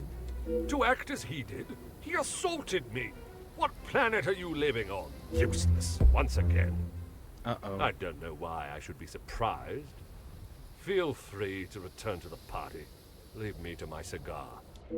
I'm afraid my feelings towards the Major may have got the better of me in such hostile questioning. So does the game continue? I have met Monsieur Demire. He... Oh! I hope you're not implying I am only stating They what make I you have do it seen. again. I was having a Interesting. private conversation with Angeline. I don't know how I feel about that. I would not act any other way. Well, unless I am provoked. You have What a... Of course.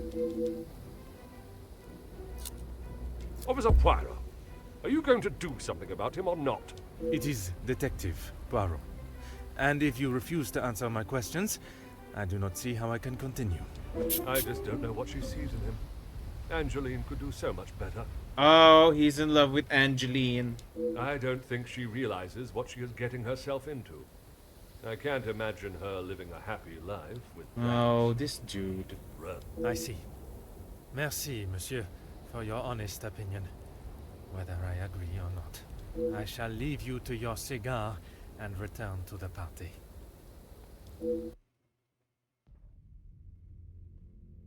It is not often such a violent altercation happens at a celebration such as this. I should investigate why it began.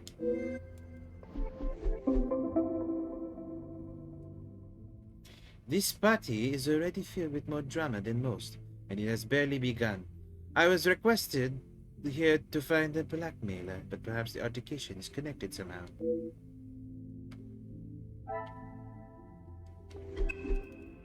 Interesting. Okay.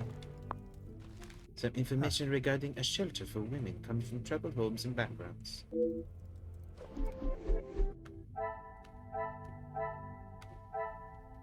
Felix Hagen. Hagen. A former major. Okay, so he's... So we are in Belgium. It's just... Oh well. We're not in Belgium anymore. We're in Czech Republic, but... Interesting.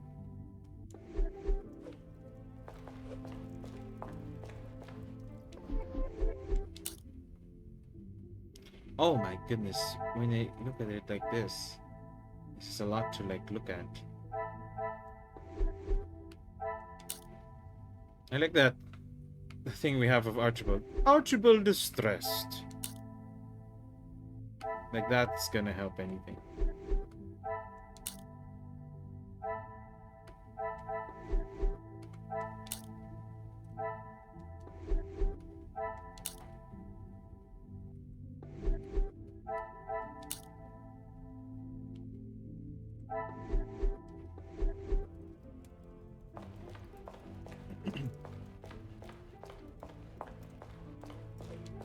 Monsieur Sterling, I trust the preparations are progressing since our last meeting. Please, Detective. Archibald is fine. Everything is in order now. Are you ready to join the party? You are head butler of this house. It is a position that warrants respect, and I shall continue to give it, Monsieur Sterling. And I must admit, it is the smell from the kitchen that has my attention more than the party itself. Rehanna is quite the cook, but it will still be some time. Maybe you'd like to enjoy a drink while you wait. Some of the guests are already in the salon to your left, and the remaining guests are in the library on the first floor. I will be sure to explore both. Merci. Do this evening's plans fall under any sort of schedule? Dinner will be served in the dining room, but the rest of the evening is yours to enjoy. You have all certainly been working hard, it seems. Very hard. The lady of the house wanted everything a certain way, and that's how it was to be done.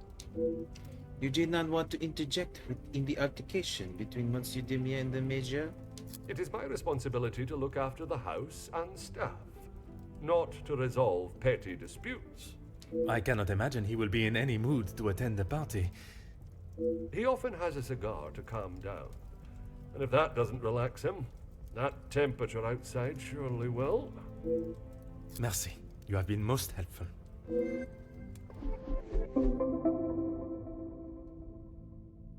It is time I met my fellow guests of the party.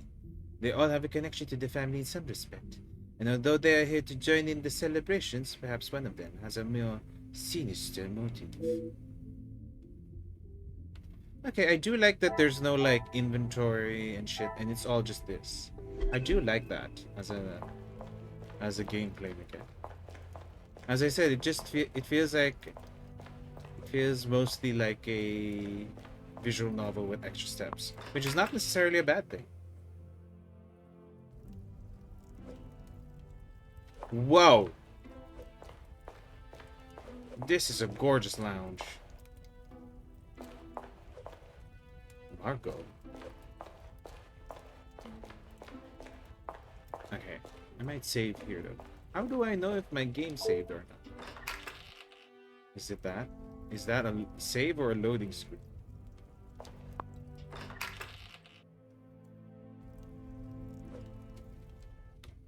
So I click main menu. I click continue. Okay. Okay, at least that's good. That's what I was saying sometimes. And I was playing observation where when you go out of the main menu, it should say. Oh, you get rewards? Detective Poirot. Oh, you get... Okay, never I mind. Skip trust this finds you well. Skip this. It has Shut been up. many years since our paths last crossed, and while I'm sure your recollection of the events may... I thought what that meant collectible. It's a cutscene. Ah, this is art. Oh! Oh! Oh. Why did they make Poirot skinny? He's not skinny.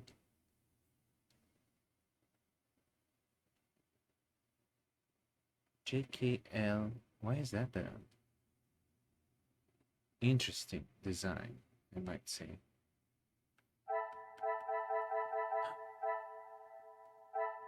Oh, there's 9 chapters. Oh!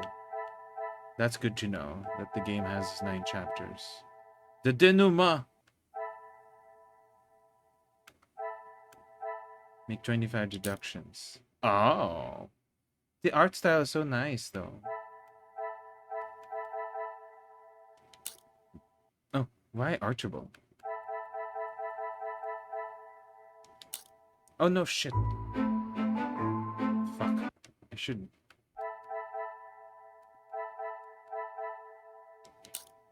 Oh, I like that they put this as a reward to things.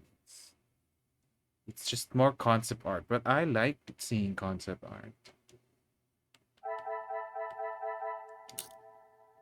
Oh, this seems sad.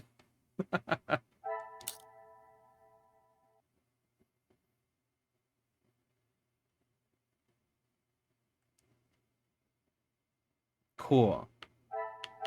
There's so many characters to talk to. Oh.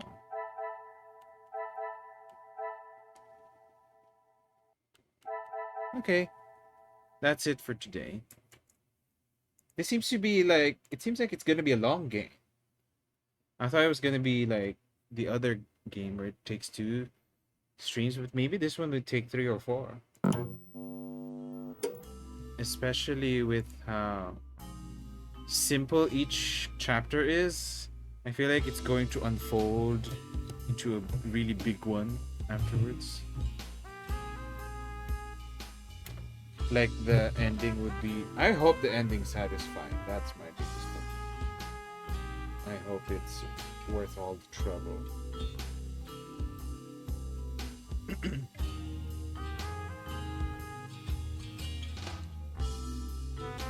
hold on.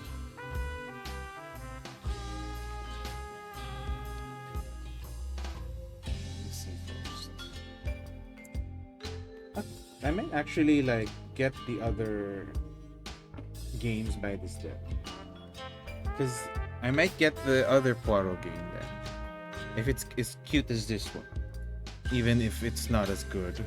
And then they also have an Arsène Lupin game, and I might check that out since it's the same day.